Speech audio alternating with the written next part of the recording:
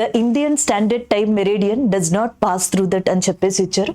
భారత ప్రామాణిక కాలమాన రేఖ ఈ క్రింది ఏ రాష్ట్రం గుండా వెళ్ళదు అని చెప్పి. సో బేసిక్గా ఈ క్వశ్చన్ మనకి తెలిసిందే, కాకపోతే ఈ క్వశ్చన్ నుంచి మనం మిగతావి ఏ కంటెంట్ కవర్ చేయొచ్చు అనేది కూడా ఇక్కడ చూడొచ్చు. మనం జనరల్గా గ్లోబ్ అనే దాన్ని తీసుకున్నాం అనుకోండి. సో గ్లోబ్ మీద మనకి ఇమాజినరీ లైన్స్ అని చెప్పేసి అంటాం, లైక్ ఊహా గీతలు, ఊహా రేఖలు అని చెప్పేసి అంటాం. ఏవైతే వెర్టికల్ లైన్స్ ఉంటాయో సో వాటిని లాంగిట్యూడ్స్ అని చెప్పేసి అంటాం. సో తెలుగులో వీటిని మనం రేఖాంశాలు అని కూడా పిలవచ్చు. అలాగే నెక్స్ట్ వచ్చేటప్పటికి ఏవైతే హారిజంటల్ లైన్స్ ఉంటాయో సో వీటిని మనం లాటిట్యూడ్స్ అని చెప్పేసి పిలుస్తాం, అండ్ తెలుగులో అక్షాంశాలు అని కూడా పిలవచ్చు. ఓకేనా? సో ఈ అక్షాంశాలు ఏవైతే ఉన్నాయో అంటే లాటిట్యూడ్స్ ఏవైతే ఉన్నాయో సో బేసిక్గా వీటిని దేనికోసం యూజ్ చేస్తాం? లొకేషన్ ఇండికేషన్ కోసం యూజ్ చేస్తాం. అంటే ఏదైనా ఒక ప్లేస్ గురించి చెప్పాలి అనుకోండి, సో మనం ఇప్పుడు గూగుల్ మ్యాప్లో లొకేషన్ని ఫైండ్ అవుట్ చేయడం కానీ ఇలాంటివి చేస్తూ ఉంటాం కదా. సో అదంతా కూడా లాటిట్యూడ్స్కి సంబంధించి ఆ కోఆర్డినేట్ పాయింట్స్కి సంబంధించి చేస్తాం. అది ఒక పర్టికులర్ కంట్రీకి, ప్లేస్కి సంబంధించి టైం గురించి, కాలమానాన్ని గురించి చెప్పాలనుకోండి, సో అప్పుడు మనం లాంగిట్యూడ్ ఏదైతే ఉందో సో దాన్ని వాడడం జరుగుతుంది. అండ్ నెక్స్ట్ వచ్చేటప్పటికి ఒక గ్లోబ్ని కనుక తీసుకున్నట్టయితే, అంటే అర్త్ని కనుక తీసుకున్నట్టయితే ఆల్మోస్ట్ స్పెరికల్. సో భూమి ఉండడానికి ఆల్మోస్ట్ గోళాకార రూపంలో ఉంటుంది అనమాట, ఆల్మోస్ట్. సో కాబట్టి దీన్ని ఇలా చూసుకున్నప్పుడు ఈ మధ్యలో ఉన్న ఏదైతే లాంగిట్యూడ్ అనేది ఉంటుందో రేఖాంశం, దీన్ని 0 degrees అనుకున్నాం అనుకోండి, ఇటువైపు 180 degrees ఈస్ట్ అని చెప్పేసి అంటాం, ఇటువైపు 180 degrees వెస్ట్ కింద ఈ లైన్స్ ని మనం విడదీయడం జరుగుతుంది. 1 degree, 2 degree, 3 degrees ఇట్లాగా. సో అలా భారతదేశం దగ్గరకు వచ్చేటప్పటికి కరెక్ట్ గా మనకి ఏ లాంగిట్యూడ్ ని కన్సిడర్ చేస్తామంటే మన టైం జోన్ తెలపడానికి అని చెప్పి 82.5 degrees తూర్పు రేఖాంశం అనే దాన్ని యూజ్ చేస్తాం, which is called yes 82.5 degrees east longitude అంటాం. ఈ 82.5 degrees ఈస్ట్ లాంగిట్యూడ్ ఏదైతే ఉందో సో భారతదేశంలో బేసిక్గా మనకి ఏ ప్రాంతాల నుంచి పోతుంది అనేది సో ఇక్కడ మీరు చూడొచ్చు. భారతదేశంలో వచ్చేటప్పటికి ఈ 82.5 degrees ఈస్ట్ లాంగిట్యూడ్ అనేది మీరు జనరల్గా చూసినట్టయితే ఇక్కడ చూడండి, ఉత్తరప్రదేశ్ అనే ప్రాంతం దగ్గర నుంచి వెళ్తుంది, తర్వాత మధ్యప్రదేశ్ అనే ప్రాంతం దగ్గర నుంచి, సో దాంతో పాటుగా ఛత్తీస్గఢ్, అండ్ దాంతో పాటుగా ఒడిస్సా, ఆంధ్రప్రదేశ్, అంటే 5 రాష్ట్రాలు అనేది గుర్తుపెట్టుకోండి. ఒకటి మనకి చూసుకున్నట్టయితే ఉత్తరప్రదేశ్, అలాగే మధ్యప్రదేశ్, ఛత్తీస్గఢ్, ఒడిస్సా, ఆంధ్రప్రదేశ్. సాధారణంగా అంటాం కదా ఆంధ్రప్రదేశ్లోని కాకినాడ దగ్గర నుంచి వెళ్తుంది, ఉత్తరప్రదేశ్లోని మీర్జాపూర్ అనే ప్రాంతం ఏదైతే ఉందో సో దాన్ని తాకుతుంది. ఇలాంటి ప్రదేశాలు ఏవైతే ఉన్నాయో సో వాటిని గుర్తుపెట్టుకోవడం అనేది చూసుకోవాలి. సో ఇప్పుడు ఈ స్టేట్స్ అనేవి చూసారు కదా, క్వశ్చన్లో మనకి ఏం అడిగారు అనేది చూద్దాం. సో మనకి ఈ 82.5 degrees ప్రామాణిక కాలమాన రేఖ ఏదైతే ఉందో అందులో ఏ రాష్ట్రం ఉండదు, ఏ రాష్ట్రం గుండా వెళ్ళదు. ఆంధ్రప్రదేశ్ ఉంది, అలాగే నెక్స్ట్ వచ్చేటప్పటికి ఛత్తీస్గఢ్ ఉంది, ఉత్తరప్రదేశ్ ఉంది. మనకి లేనిది ఏదైనా ఉంది అంటే జార్ఖండ్ కాబట్టి సో ఆప్షన్ 3 ఏదైతే ఉందో so that is a correct answer గా తీసుకోవచ్చు. అలాగే వీటితో పాటు మనం ఇంకే కాన్సెప్ట్స్ ని కవర్ చేయొచ్చు అది కూడా ఒకసారి ఇక్కడ చూద్దాం. సో మనకి నేను ఆల్రెడీ చెప్పాను కదా లాటిట్యూడ్స్ అని చెప్పేసి అంటాం, అంటే వీటిని మనకి అక్షాంశాలు అంటాం, వీటిని రేఖాంశాలు అంటాం. సో ఈ లాటిట్యూడ్స్ లో చాలా ముఖ్యమైనది ట్రాపిక్ ఆఫ్ క్యాన్సర్ అని చెప్పేసి చెప్తాం. సో దీన్ని కర్కట రేఖ అని కూడా పిలుస్తారు, ట్రాపిక్ ఆఫ్ క్యాన్సర్ లేదా కర్కట రేఖ అంటారు. ఇది 23.5 degrees ఉత్తర అంశంగా దీన్ని చెప్పడం జరుగుతుంది. 23.5 degrees నార్త్ లాటిట్యూడ్ గా దీన్ని చెప్తారనమాట. అది ఇండియా గుండా పోతుంది. ఇండియాలో 8 states ఏవైతే ఉన్నాయో 8 రాష్ట్రాలు, లైక్ గుజరాత్ కావచ్చు, రాజస్థాన్, మధ్యప్రదేశ్, ఛత్తీస్గఢ్, జార్ఖండ్, వెస్ట్ బెంగాల్, త్రిపుర, మిజోరం లాంటి రాష్ట్రాలు ఏవైతే ఉన్నాయో సో వాటిని అన్నింటినీ టచ్ చేసుకుంటూ వెళ్తుంది. మనకి ట్రాపిక్ ఆఫ్ క్యాన్సర్ అయితే 8 రాష్ట్రాల గుండా వెళ్తుంది. 82.5 degrees తూర్పు రేఖాంశం ఏదైతే ఉందో సో ఇది 5 రాష్ట్రాలు, ఉత్తరప్రదేశ్, మధ్యప్రదేశ్, ఛత్తీస్గఢ్, ఒడిస్సా, అలాగే ఆంధ్రప్రదేశ్ ఏదైతే ఉందో సో ఈ రాష్ట్రాల గుండా వెళ్తుంది. అయితే ఇక్కడ ఇంపార్టెంట్ పాయింట్ ఏంటి అంటే ఈ ట్రాపిక్ ఆఫ్ క్యాన్సర్, ఈ 82.5 degrees తూర్పు రేఖాంశం రెండు ఒక పాయింట్ దగ్గర కోఇన్సిడెన్స్ అవుతున్నాయి చూడండి, మనకి ఒకదానికొకటి కలుసుకుంటున్నాయి చూడండి.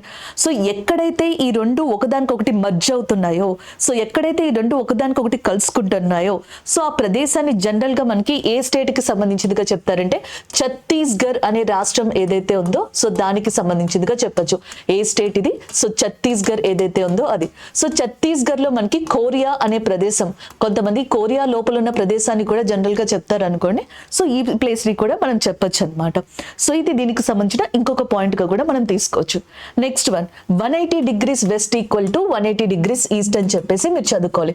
ఇదేంటి అంటే 180 డిగ్రీల పశ్చిమ రేఖాంశం, 180 డిగ్రీల తూర్పు రేఖాంశం. అంటే 0 degrees దగ్గర మొదలుపెట్టి 180 degrees వెస్ట్, 180 degrees ఈస్ట్. అంటే ఒక రకంగా ఈ రెండు కూడా ఒక్కటే. 180 డిగ్రీల పశ్చిమ రేఖాంశం, తూర్పు రేఖాంశం ఒక్కటే. ఆ రెండు ఉండే ప్రదేశం ఏదైతే ఉందో దాన్ని అంతర్జాతీయ దినరేఖ అని చెప్పేసి అంటారు. ఇంటర్నేషనల్ డేట్ లైన్ అని చెప్పేసి పిలుస్తారు. దీని మీద కూడా క్వశ్చన్స్ పడే అవకాశం ఉంటుంది. మామూలుగా మనం ఏమనుకున్నాం, ఇలా వెర్టికల్ లైన్స్ ఏవైతే గీస్తారో, రేఖాంశాలు ఏవైతే ఉంటాయో, సో మనకి ఇట్లా నిలువు గీతలు అని చెప్పేసి అనుకున్నాం. అక్షాంశాలు ఏవైతే ఉంటాయో, లాటిట్యూడ్స్ ఏవైతే ఉంటాయో, సో అవి హారిజాంటల్ లైన్స్ అని చెప్పేసి అనుకున్నాం. కాకపోతే ఈ ఇంటర్నేషనల్ డేట్ లైన్ అనేది, అంతర్జాతీయ దినరేఖ అనేది అత్యధికంగా అది వెళ్ళే మార్గం ఏదైతే ఉందో అది ఒక పసిఫిక్ మహాసముద్ర ప్రాంతం. ఏ ప్రాంతం అది? పసిఫిక్ ఓషన్ అంట, పసిఫిక్ మహాసముద్ర ప్రాంతం అంటాం. అందుకని చెప్పి ఈ లైన్ స్ట్రైట్ గా ఉండకుండా మ్యాప్ లో జిగ్జా పొజిషన్ లో ఉంటది. అంటే మనకి ఇలా మెలికలు తిరుగుతూ ఉంటది, which is called as a zigzag position అని చెప్పేసి పిలుస్తారు అనమాట. అంటే ఇంటర్నేషనల్ డేట్ లైన్ అనేది ఏ ఆకారంలో ఉండొచ్చు? నిలువుగా అంటే స్ట్రైట్ గా ఉండొచ్చా, జిగ్జా పొజిషన్ లో ఉండొచ్చా, లేకపోతే నెక్స్ట్ వచ్చేటప్పటికి సర్కిల్ ఆకారంలోనా, సర్పిలాకారంలో ఉండొచ్చా? ఇలాంటి క్వశ్చన్స్ అడిగే ఛాన్స్ ఉంది. సో అది ఎలా ఉంటది? మనకి జిగ్జా పొజిషన్ లో ఉంటది. సో తెలుగు మీడియం వాళ్ళు కూడా ఇదే పదాన్ని గుర్తుపెట్టుకోవచ్చు. ఈ పసిఫిక్ ఓషన్ ఉంది చూసారా, సో మనం చాలా సార్లు చెప్పుకున్నాం Pacific ocean is also called as, so Pacific ocean ఏమని కూడా పిలుస్తాం? రింగ్ ఆఫ్ ఫైర్ అని చెప్పేసి ఈ పసిఫిక్ ఓషన్ ఏదైతే ఉందో సో దాన్ని పిలవడం జరుగుతుంది. ఇది ఇంకొక పాయింట్ గా చూసుకోవచ్చు. సో ఇట్లా ఇంటర్నేషనల్ డేట్ లైన్, అంతర్జాతీయ దినరేఖని గుర్తుపెట్టుకోవచ్చు. 82.5 డిగ్రీల తూర్పు రేఖాంశం ఏదైతే ఉందో దాన్ని గుర్తుపెట్టుకోవచ్చు.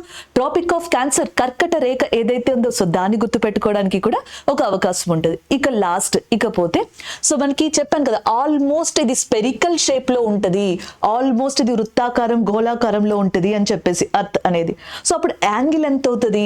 360 degrees అవుతుంది. అంటే 360 డిగ్రీలని అర్త్ ఒక్కసారి తన చుట్టూ తాను తిరగడానికి పట్టే టైం ఎంత? 24 గంటలు అనుకుందాం. అంటే 24 hours లో 360 degrees అంటే మరి 1 hour లో ఎన్ని డిగ్రీస్ తిరుగుతుందంట? 15 degrees వెళ్తుంది. 1 hour లో ఎంత? 15 degrees వెళ్తుంది. సో దీన్ని బట్టి ఇండియాలో ఒక వాదన ఉందన్నమాట. ఏంటంటే ఈ ఈశాన్య రాష్ట్రాలన్నీ ఉన్నాయి కదా, ఆ ఈశాన్య రాష్ట్రాలన్నీ కూడా సో మనకి ఇండియాలో సింగిల్ టైం జోన్ పెట్టకండి, దానివల్ల మేము నష్టపోతున్నాము, మాకు సెపరేట్ టైం జోన్ అనేది కావాలి, దాని పేరు ఛాయ్బాగ్ టైం అనేది అవ్వాలి అని చెప్పేసి అన్నారు. ఛాయ్బాగ్ టైం ఏంటంటే ఈ అస్సాం కానీ అరుణాచల్ ప్రదేశ్ చుట్టుపక్కల ప్రాంతాల వాళ్ళందరూ కూడా టీ ఎస్టేట్స్ కలిగిన వాళ్ళు కదా, సో ఆ వ్యాపారులు కానీ ఆ వర్కర్స్ కానీ వాళ్ళు యాక్చువల్గా డే లైట్ ని నష్టపోతున్నారంట. ఎందుకు డే లైట్ ని నష్టపోతున్నారు? సో మనం బేసిక్ గా గనక చూసినట్టయితే, ఇండియాని గనక చూసుకున్నట్టయితే ఇటువైపు గుజరాత్ అనేది ఉంటుంది, ఇటువైపు వచ్చేటప్పటికి అస్సాం అరుణాచల్ ప్రదేశ్ అట్లా ఉన్నాయి అనుకుందాం. గుజరాత్ వచ్చేటప్పటికి దాదాపుగా రఫ్ స్కెచ్ లో చెప్తున్నాను ఒక 60 degrees మనకి లాంగిట్యూడ్ దగ్గర ఉంది అనుకుందాం. అలాగే నెక్స్ట్ అరుణాచల్ ప్రదేశ్ ఏదైతే ఉందో సో అది 90 degrees లాంగిట్యూడ్ దగ్గర ఉంది అనుకుందాం. అంటే ఈ రెండింటికి డిఫరెన్స్ ఎంత ఉంది? 30 degrees.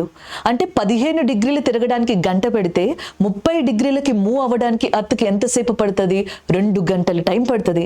అంటే గుజరాత్ కి అలాగే నెక్స్ట్ అరుణాచల్ ప్రదేశ్ కి మధ్యలో టైం డిఫరెన్స్ అనేది దాదాపుగా 2 గంటలు ఉంటుంది. ఇది SIPC previous year question. Gujarat and as well as మనకి అరుణాచల్ ప్రదేశ్ కి మధ్యలో and that approximate time difference is అని చెప్పేసి అడిగారు according to that earth rotation అని చెప్పి. సో ఆన్సర్ ఎంత అవుతుంది? 1.5 hours, 1 hour, 2 hours, 3 hours అనేది. సో ఆన్సర్ వచ్చేటప్పటికి 2 గంటలు. ఆ టైం వేస్ట్ అవ్వకుండా ఉండడానికి వీళ్ళు ఛాయ్ బాగా టైం అనేది అడిగారు ఇండియన్ స్టాండర్డ్ టైం తో పాటుగా.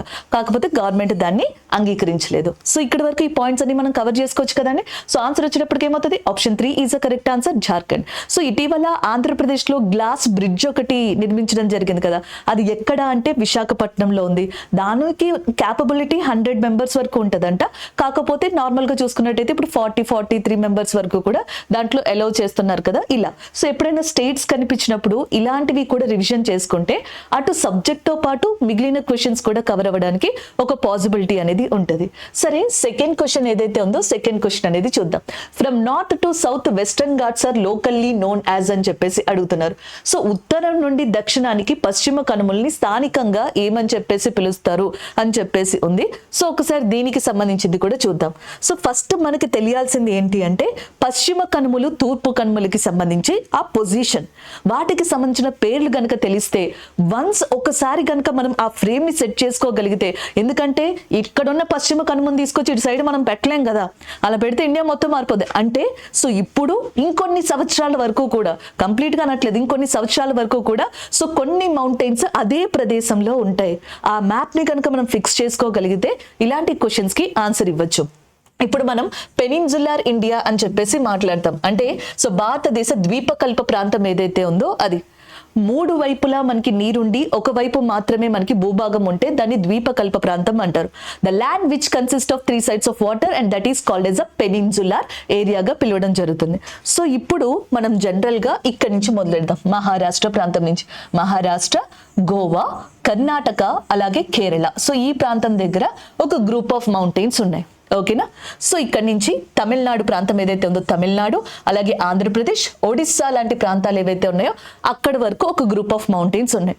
ఇది ఈస్ట్ సైడ్ కాబట్టి వీటిని ఈస్టర్న్ ఘాట్స్ అని, ఇటువైపు వెస్ట్ కాబట్టి వీటిని వెస్టర్న్ ఘాట్స్ అని గుర్తుపెట్టుకుందాం. అంటే పశ్చిమ కనుమలు, తూర్పు కనుమలు. ఓకేనా. ఈ పశ్చిమ కనుమలు, తూర్పు కనుమలు కూడా ఇండియాలో ఒక ప్రదేశం దగ్గర కలుసుకుంటే సో ఈ ప్రదేశాన్ని బేసిక్ గా మనం ఏమని చెప్పేసి పిలుస్తాము అంటే నీలగిరి అని చెప్పేసి పిలుస్తాం. And this place is literally known Nilgiri అని చెప్పేసి మనం పిలవడం జరుగుతుంది. Where western Ghats and eastern Ghats ఇలా ఉంటది. మనం ఇండియా మ్యాప్ చూసినప్పుడు చక్కగా ఇలా ఉంటది కదా, కానీ మనం ఎప్పుడైనా శాటిలైట్ ఇమేజ్ చూసినప్పుడు ఇండియా ఇలా వంపు తిరిగి ఉంటది, ఇలా ఉంటది. సో ఇవి పశ్చిమ కనుమలు, ఇవి తూర్పు కనుమలు. సో చిన్నప్పుడు మనం చదువుకుని ఉంటాం కదా, పశ్చిమ కనుమలు తూర్పు కనుమల కన్నా 1100 మీటర్లు ఎత్తు ఎక్కువ అని. So Western Ghats are 1100 meters elevated then that Eastern Ghats అని. గోదావరి గాని, కృష్ణ గాని, కావేరి గాని, so whatever that 90% of rivers are originated in western ghats. 90% ఏ నదులైతే పశ్చిమ కనుమలో పుట్టాయో అవి పశ్చిమ ప్రాంతం నుంచి తూర్పు వైపుగా మనకి ప్రవహించడం అనేది చూడొచ్చు. ఎందుకు? నీరు ఎప్పుడూ కూడా మనకి ఎత్తైన ప్రదేశం నుంచి వాలు వైపు ఉన్న ప్రదేశానికి ప్రవహిస్తుంది. అలా ప్రవహించాలంటే ఇండియా ఇలా కాదు, ఈ పొజిషన్ లో ఉంటేనే పాసిబుల్ అవుతుంది అనమాట. సో ఇలాంటి పాయింట్స్ కూడా మీకు యూజ్ అవుతాయి కాన్సెప్చువల్ వైజ్ గా. సరే, ఇక్కడ చూద్దాం. ఇది వెస్టర్న్ ఘాట్సే కదా, ఇది ఏ స్టేట్ గా మనం చెప్పొచ్చు, which is known as a Maharashtra ఏరియాగా చెప్తాం. సో మహారాష్ట్రలో ఏవైతే వెస్టర్న్ ఘాట్స్ ఉంటాయో సో వాటిని ఏమని చెప్పేసి పిలుస్తారంట, సహ్యాద్రి అని చెప్పేసి పిలుస్తారు. In Maharashtra whatever that western Ghats are there, they are called as a Sahyadri.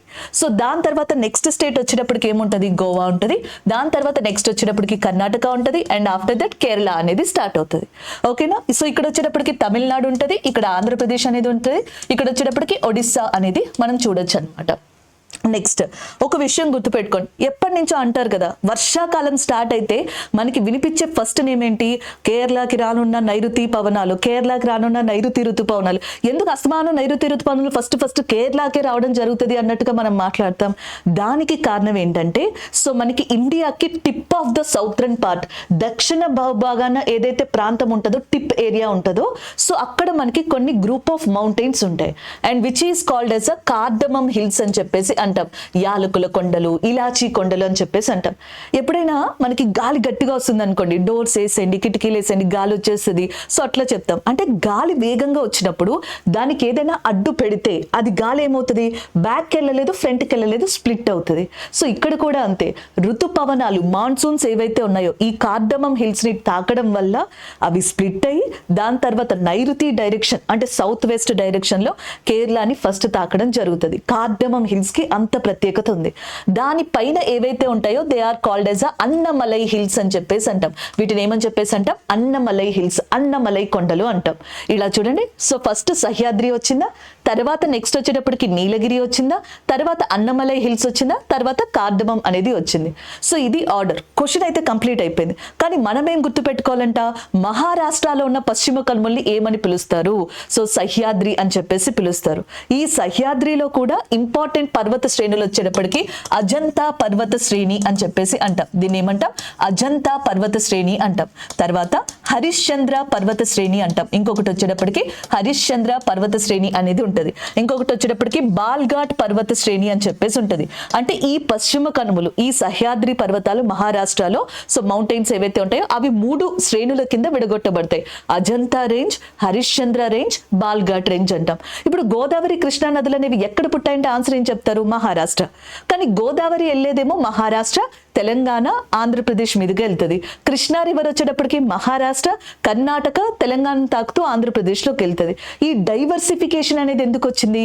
Godavari Krishna నదులకి మధ్యలో ఒక వాటర్ షెడ్ లాగా, ఒక డివైడర్ లాగా మనకి పనిచేసేది ఏదైనా ఉంది అంటే హరిశ్చంద్ర రేంజ్ అని చెప్పేసి అంటాం. ఇది ఒక క్వశ్చన్. గోదావరి కృష్ణా నదులు ఏవైతే ఉన్నాయో వాటి యొక్క దిశల్ని మార్చుకోవడానికి ముఖ్యంగా పశ్చిమ కనుమల్లోని ఏ పర్వత శ్రేణి అనేది కారణం అని చెప్పేసి అడిగారు అనుకోండి, అప్పుడు ఆన్సర్ ఏం పెట్టచ్చు? హరిశ్చంద్ర రేంజ్ ఏదైతే ఉందో అది ఆన్సర్ పెట్టచ్చు. అది ఒక పాయింట్. నెక్స్ట్ వన్, ఇది మొత్తం సౌత్ ఇండియా కదా, దక్షిణ భారతదేశంలో అత్యంత ఎత్తైన శిఖరం. సో దాని పేరు వచ్చేటప్పటికి ఏమని చెప్పేసి అనొచ్చు? అన్నైముడి అని చెప్పేసి అంటాం. దక్షిణ భారతదేశంలో అత్యంత ఎత్తైన శిఖరం ఏది? అన్నైముడి. సో దీని హైట్ ఎంత ఉండొచ్చు? అప్రాక్సిమేట్లీ 2695 మీటర్స్ గా చెప్తాం. మీరు ఒకసారి నెంబర్ మాత్రం క్రాస్ చెక్ చేసుకోండి. సో మేము చెప్పడం కరెక్ట్ గానే చెప్తాం, కానీ ఫ్లోలో ఈ నెంబర్స్ ఏవైతే ఉంటాయో మీరు చదువుకున్నప్పుడు ప్రతిసారి ఎక్కడ చూసినా క్రాస్ చెక్ చేసుకోవచ్చు. 2695 మీటర్లతోటి సో మనకి ముడి అనేది అన్నమలై కొండలు ఏవైతే ఉన్నాయో ఇక్కడ ఉంటది. దక్షిణ భారతదేశం మొత్తంలో కూడా ఇది అత్యంత ఎత్తైన శిఖరం. ఇకపోతే పశ్చిమ కనుమలు, తూర్పు కనుమలు కలుసుకునేది ఎక్కడ? నీలగిరి పర్వత శ్రేణుల దగ్గర. సో మరి నీలగిరి పర్వత శ్రేణుల దగ్గర కూడా ఒక శిఖరం, ఎత్తైన శిఖరం ఉంటది. దాని పేరు దొడబెట్ట అని చెప్పేసి అంటాం. ఇది కూడా అప్రాక్సిమేట్లీ 2637 మీటర్స్, 2637 మీటర్ల దాకా ఉంటది. ఓకేనా? ఇకపోతే ఈ తూర్పు కనుమలు ఉన్నాయి చూసారా, ఈ తూర్పు కనుమల్లో అత్యంత ఎత్తైన శిఖరంగా ఆంధ్రప్రదేశ్ లోని జిందాగఢ్ అనే ప్రాంతం ఏదైతే ఉందో సో దాన్ని చెప్పడం జరుగుతుంది. ఏ ప్రాంతం? జిందాగఢ్ అనే ప్రాంతం. దీని హైట్ 1690 మీటర్లు. కొన్ని మెటీరియల్స్, కొన్ని కంటెంట్ వల్ల సో స్టూడెంట్స్ కి వచ్చే కన్ఫ్యూజన్ ఏంటి అంటే అరమకొండ, జిందాగఢ్ ఒకటే అని. అరమకొండ హైట్ 1680 మీటర్లు, జిందాగఢ్ హైట్ 1690 మీటర్లు. ఈ రెండింటికి 10 మీటర్స్ హైట్ డిఫరెన్స్ ఉంది. సో ఫస్ట్ లో తూర్పు కనుమల్లో అత్యంత ఎత్తైన శిఖరంగా మహేంద్రగిరిని పిలిచేవాళ్ళు. అది ఒడిస్సాలో ఉండేది. కొన్ని సంవత్సరాల తర్వాత అరమకొండ అనే దాన్ని రికగ్నైజ్ చేసి, లేదు సో అరకు దగ్గరలో ఉన్న అరమకొండ ఏదైతే ఉందో అది అత్యంత ఎత్తైన శిఖరం తూర్పు కనుమల్లో అని చెప్పారు. దానికి తర్వాత కొన్ని సంవత్సరాల తర్వాత లేదు జిందాగఢ్ 1690 మీటర్లు ఉంది, ఇదే తూర్పు కనుమల్లో అత్యంత ఎత్తైన శిఖరం. మరి మేము ఎగ్జామ్ లో ఏం పెట్టాలి మేడం? రీసెంట్ డిక్లరేషన్ పెట్టాలి. అంటే జిందాగఢ్ అనే దాన్ని రీసెంట్ గా డిక్లేర్ చేశారు. 1690 మీటర్లతో తూర్పు కనుమల్లో అత్యంత ఎత్తైన శిఖరంగా ఉంది. ఐ హోప్ మీకు ఇది అర్థమైందని చెప్పేసి అనుకుంటున్నానండి. సో ఇది గుర్తుపెట్టుకోండి. ఇప్పుడు ఆన్సర్ చూడండి. ఫస్ట్ మహారాష్ట్ర దగ్గర రావాలి. ఇలా నార్త్ టు సౌత్ అన్నారు కదా, ఉత్తరం నుంచి దక్షిణం అన్నారు అంతేనా? Locally known as from that north to south. So ఉత్తరం నుంచి అంటే ఫస్ట్ మహారాష్ట్ర వస్తుంది, అంటే సహ్యాద్రి అనేది రావాలి. రెండోది వచ్చేటప్పటికి ఈ రెండు కలుసుకునేది నీలగిరి కాబట్టి నీలగిరి అనేది రావాలి. తర్వాత అన్నమలై రావాలి, తర్వాత కార్డమం కొండలు రావాలి. సో అప్పుడు ఆన్సర్ ఏమవుతుంది? ఆప్షన్ 1 అనేది కరెక్ట్ ఆన్సర్ అవుతుంది. ఈ ఋతుపవనాలకి సంబంధించి అవి స్ప్లిట్ అవ్వడం, 2 శాఖలుగా విడిపోవడం, ఇవన్నీ ఏ కొండల దగ్గర జరిగే అవకాశం ఉంటుంది? కార్డమం కొండలు, యాలకుల కొండల దగ్గర. దక్షిణ భారతదేశంలో అత్యంత ఎత్తైన శిఖరం అన్నైముడి అనేది ఏ కొండల్లో ఉంటది? అన్నమలై హిల్స్ దగ్గర. తూర్పు కనుమలు, పశ్చిమ కనుమలు కలుసుకునేది ఎక్కడ? నీలగిరి దగ్గర. మహారాష్ట్రలో ఉన్న పర్వతాలను ఏమంటారు? సో మనకి పశ్చిమ కనుమల్ని సహ్యాద్రి పర్వతాలుగా పిలవడం జరుగుతుంది. So option 2 is the correct answer. Next క్వశ్చన్కి వెళ్దాం. So next one చూడండి. According to that procedures laid down by that National Maritime Security Coordinator, and what was the length of Andhra Pradesh coastal line identified during the re-verification process అని చెప్పేసి అంటున్నారు. National maritime security coordinator రూపొందించిన విధి విధానాల ప్రకారం and reverification లో ఆంధ్రప్రదేశ్ యొక్క తీరం పొడవు ఎన్ని కిలోమీటర్లుగా గుర్తించబడింది అని చెప్పేసి ఉంది. సో ఈ మధ్యన సముద్ర తీర ప్రాంతాలకి సంబంధించి కోస్టల్ లైన్ చేంజ్ అనేది జరిగింది కదా, దాని ప్రకారం చూసుకున్నట్టయితే ఆంధ్రప్రదేశ్ కోస్టల్ లైన్ రీవెరిఫికేషన్ తర్వాత దాని పొడవు 1053.07 కిలోమీటర్స్, 1053.07 కిలోమీటర్స్ ఏదైతే ఉందో అది కరెక్ట్ ఆన్సర్ అవుతుంది. ఆంధ్రప్రదేశ్ లో మనకి ఏదైతే సముద్ర తీర ప్రాంతం ఉంటుందో సో దాన్ని గోల్కొండ సముద్ర తీరం అనేది వరకు పిలిచేవాళ్ళు. సో ఇప్పుడు నార్థర్న్ సర్కార్ అని చెప్పేసి పిలుస్తున్నారు. ఆంధ్రప్రదేశ్ లో ఇంపార్టెంట్ ఓడరేవుగా ఉన్నది, మెయిన్ ఓడరేవు విశాఖపట్నం పోర్ట్ ఏదైతే ఉందో సో దాన్ని చెప్తాం. అవి కాకుండా సో మనకి ఇంకా డిఫరెంట్ పోర్ట్స్ అనేవి కూడా కాకినాడ దగ్గర కావచ్చు, లేకపోతే కృష్ణపట్నం ఏదైతే ఉందో సో అక్కడ కావచ్చు, సో నెల్లూరు దగ్గర కావచ్చు, ఇలాంటి ప్రాంతాల్లో కూడా ఇంపార్టెంట్ పోర్ట్స్ ఉన్నాయి. బట్ మేజర్ పోర్ట్ మాత్రం విశాఖపట్నం పోర్ట్ గా చెప్పడం జరుగుతుంది. సో నెక్స్ట్ వన్ చూద్దాం. సో నెక్స్ట్ క్వశ్చన్ చూడండి, ఇక్కడ మనకి which of the following pairs is incorrect అని చెప్పేసి అడుగుతున్నారు. ఈ క్రింది వానిలో ఏది ఇన్కరెక్ట్ ఉంది అని చెప్పి. సో ఒకటి వచ్చేటప్పటికి కిచాన్ వెట్లాండ్ అని చెప్పేసి ఉంది. సో ఈ కిచాన్ వెట్లాండ్ అనేది రాజస్థాన్ కి సంబంధించింది. నెక్స్ట్ వచ్చేటప్పటికి మనకి 𝐂𝐄 చిత్తడి నేల అని చెప్పేసి ఉంది. సో మనకి 𝐂𝐄 అనేది ఈ వెట్లాండ్ సిక్కిం కి సంబంధించింది. అండ్ సిక్కిం యొక్క ఫస్ట్ రామ్సర్ సైట్ గా కూడా దీన్ని చెప్పొచ్చు అనమాట. గోకుల్ రిజర్వాయర్ అనేది బీహార్ కి సంబంధించింది. గోగాబిల్ అనేది కూడా బీహార్ కి సంబంధించింది, తమిళనాడుకి సంబంధించింది కాదు. సో ఇది ఎక్కడికి సంబంధించింది అంటే బీహార్. ఇందులో ఏది సరికాదు అంటున్నారు. సో అప్పుడు ఆప్షన్ 4 ఏదైతే ఉందో సో దాని ఇక్కడ మనం ఆన్సర్ గా తీసుకోవచ్చు. ఇప్పుడు టోటల్ రామ్సర్ సైట్స్ గనక జనరల్ గా చూసుకున్నట్టయితే ప్రెసెంట్ నేను మీకు క్లాస్ చెప్పే టైంకి 96 ఉన్నాయి. అత్యధికంగా తమిళనాడులో ఉన్నాయి 20 అండ్ తర్వాత ఉత్తరప్రదేశ్ లో ఉన్నాయి 10. ఈ నెంబర్ ఫ్లక్చువేట్ అవుతా ఉంటుంది. రామ్సర్ సైట్స్ మారే కొలది అవి ఇంక్రీజ్ అవడమో లేకపోతే దానికి సంబంధించిన నెంబర్ చేంజ్ అవడమో జరుగుతూ ఉంటుంది. Next 96th Ramsar site Rajasthan లో మనకి రికగ్నైజ్ చేశారనమాట, సిల్సేర్ లేక్ అని చెప్పేసి.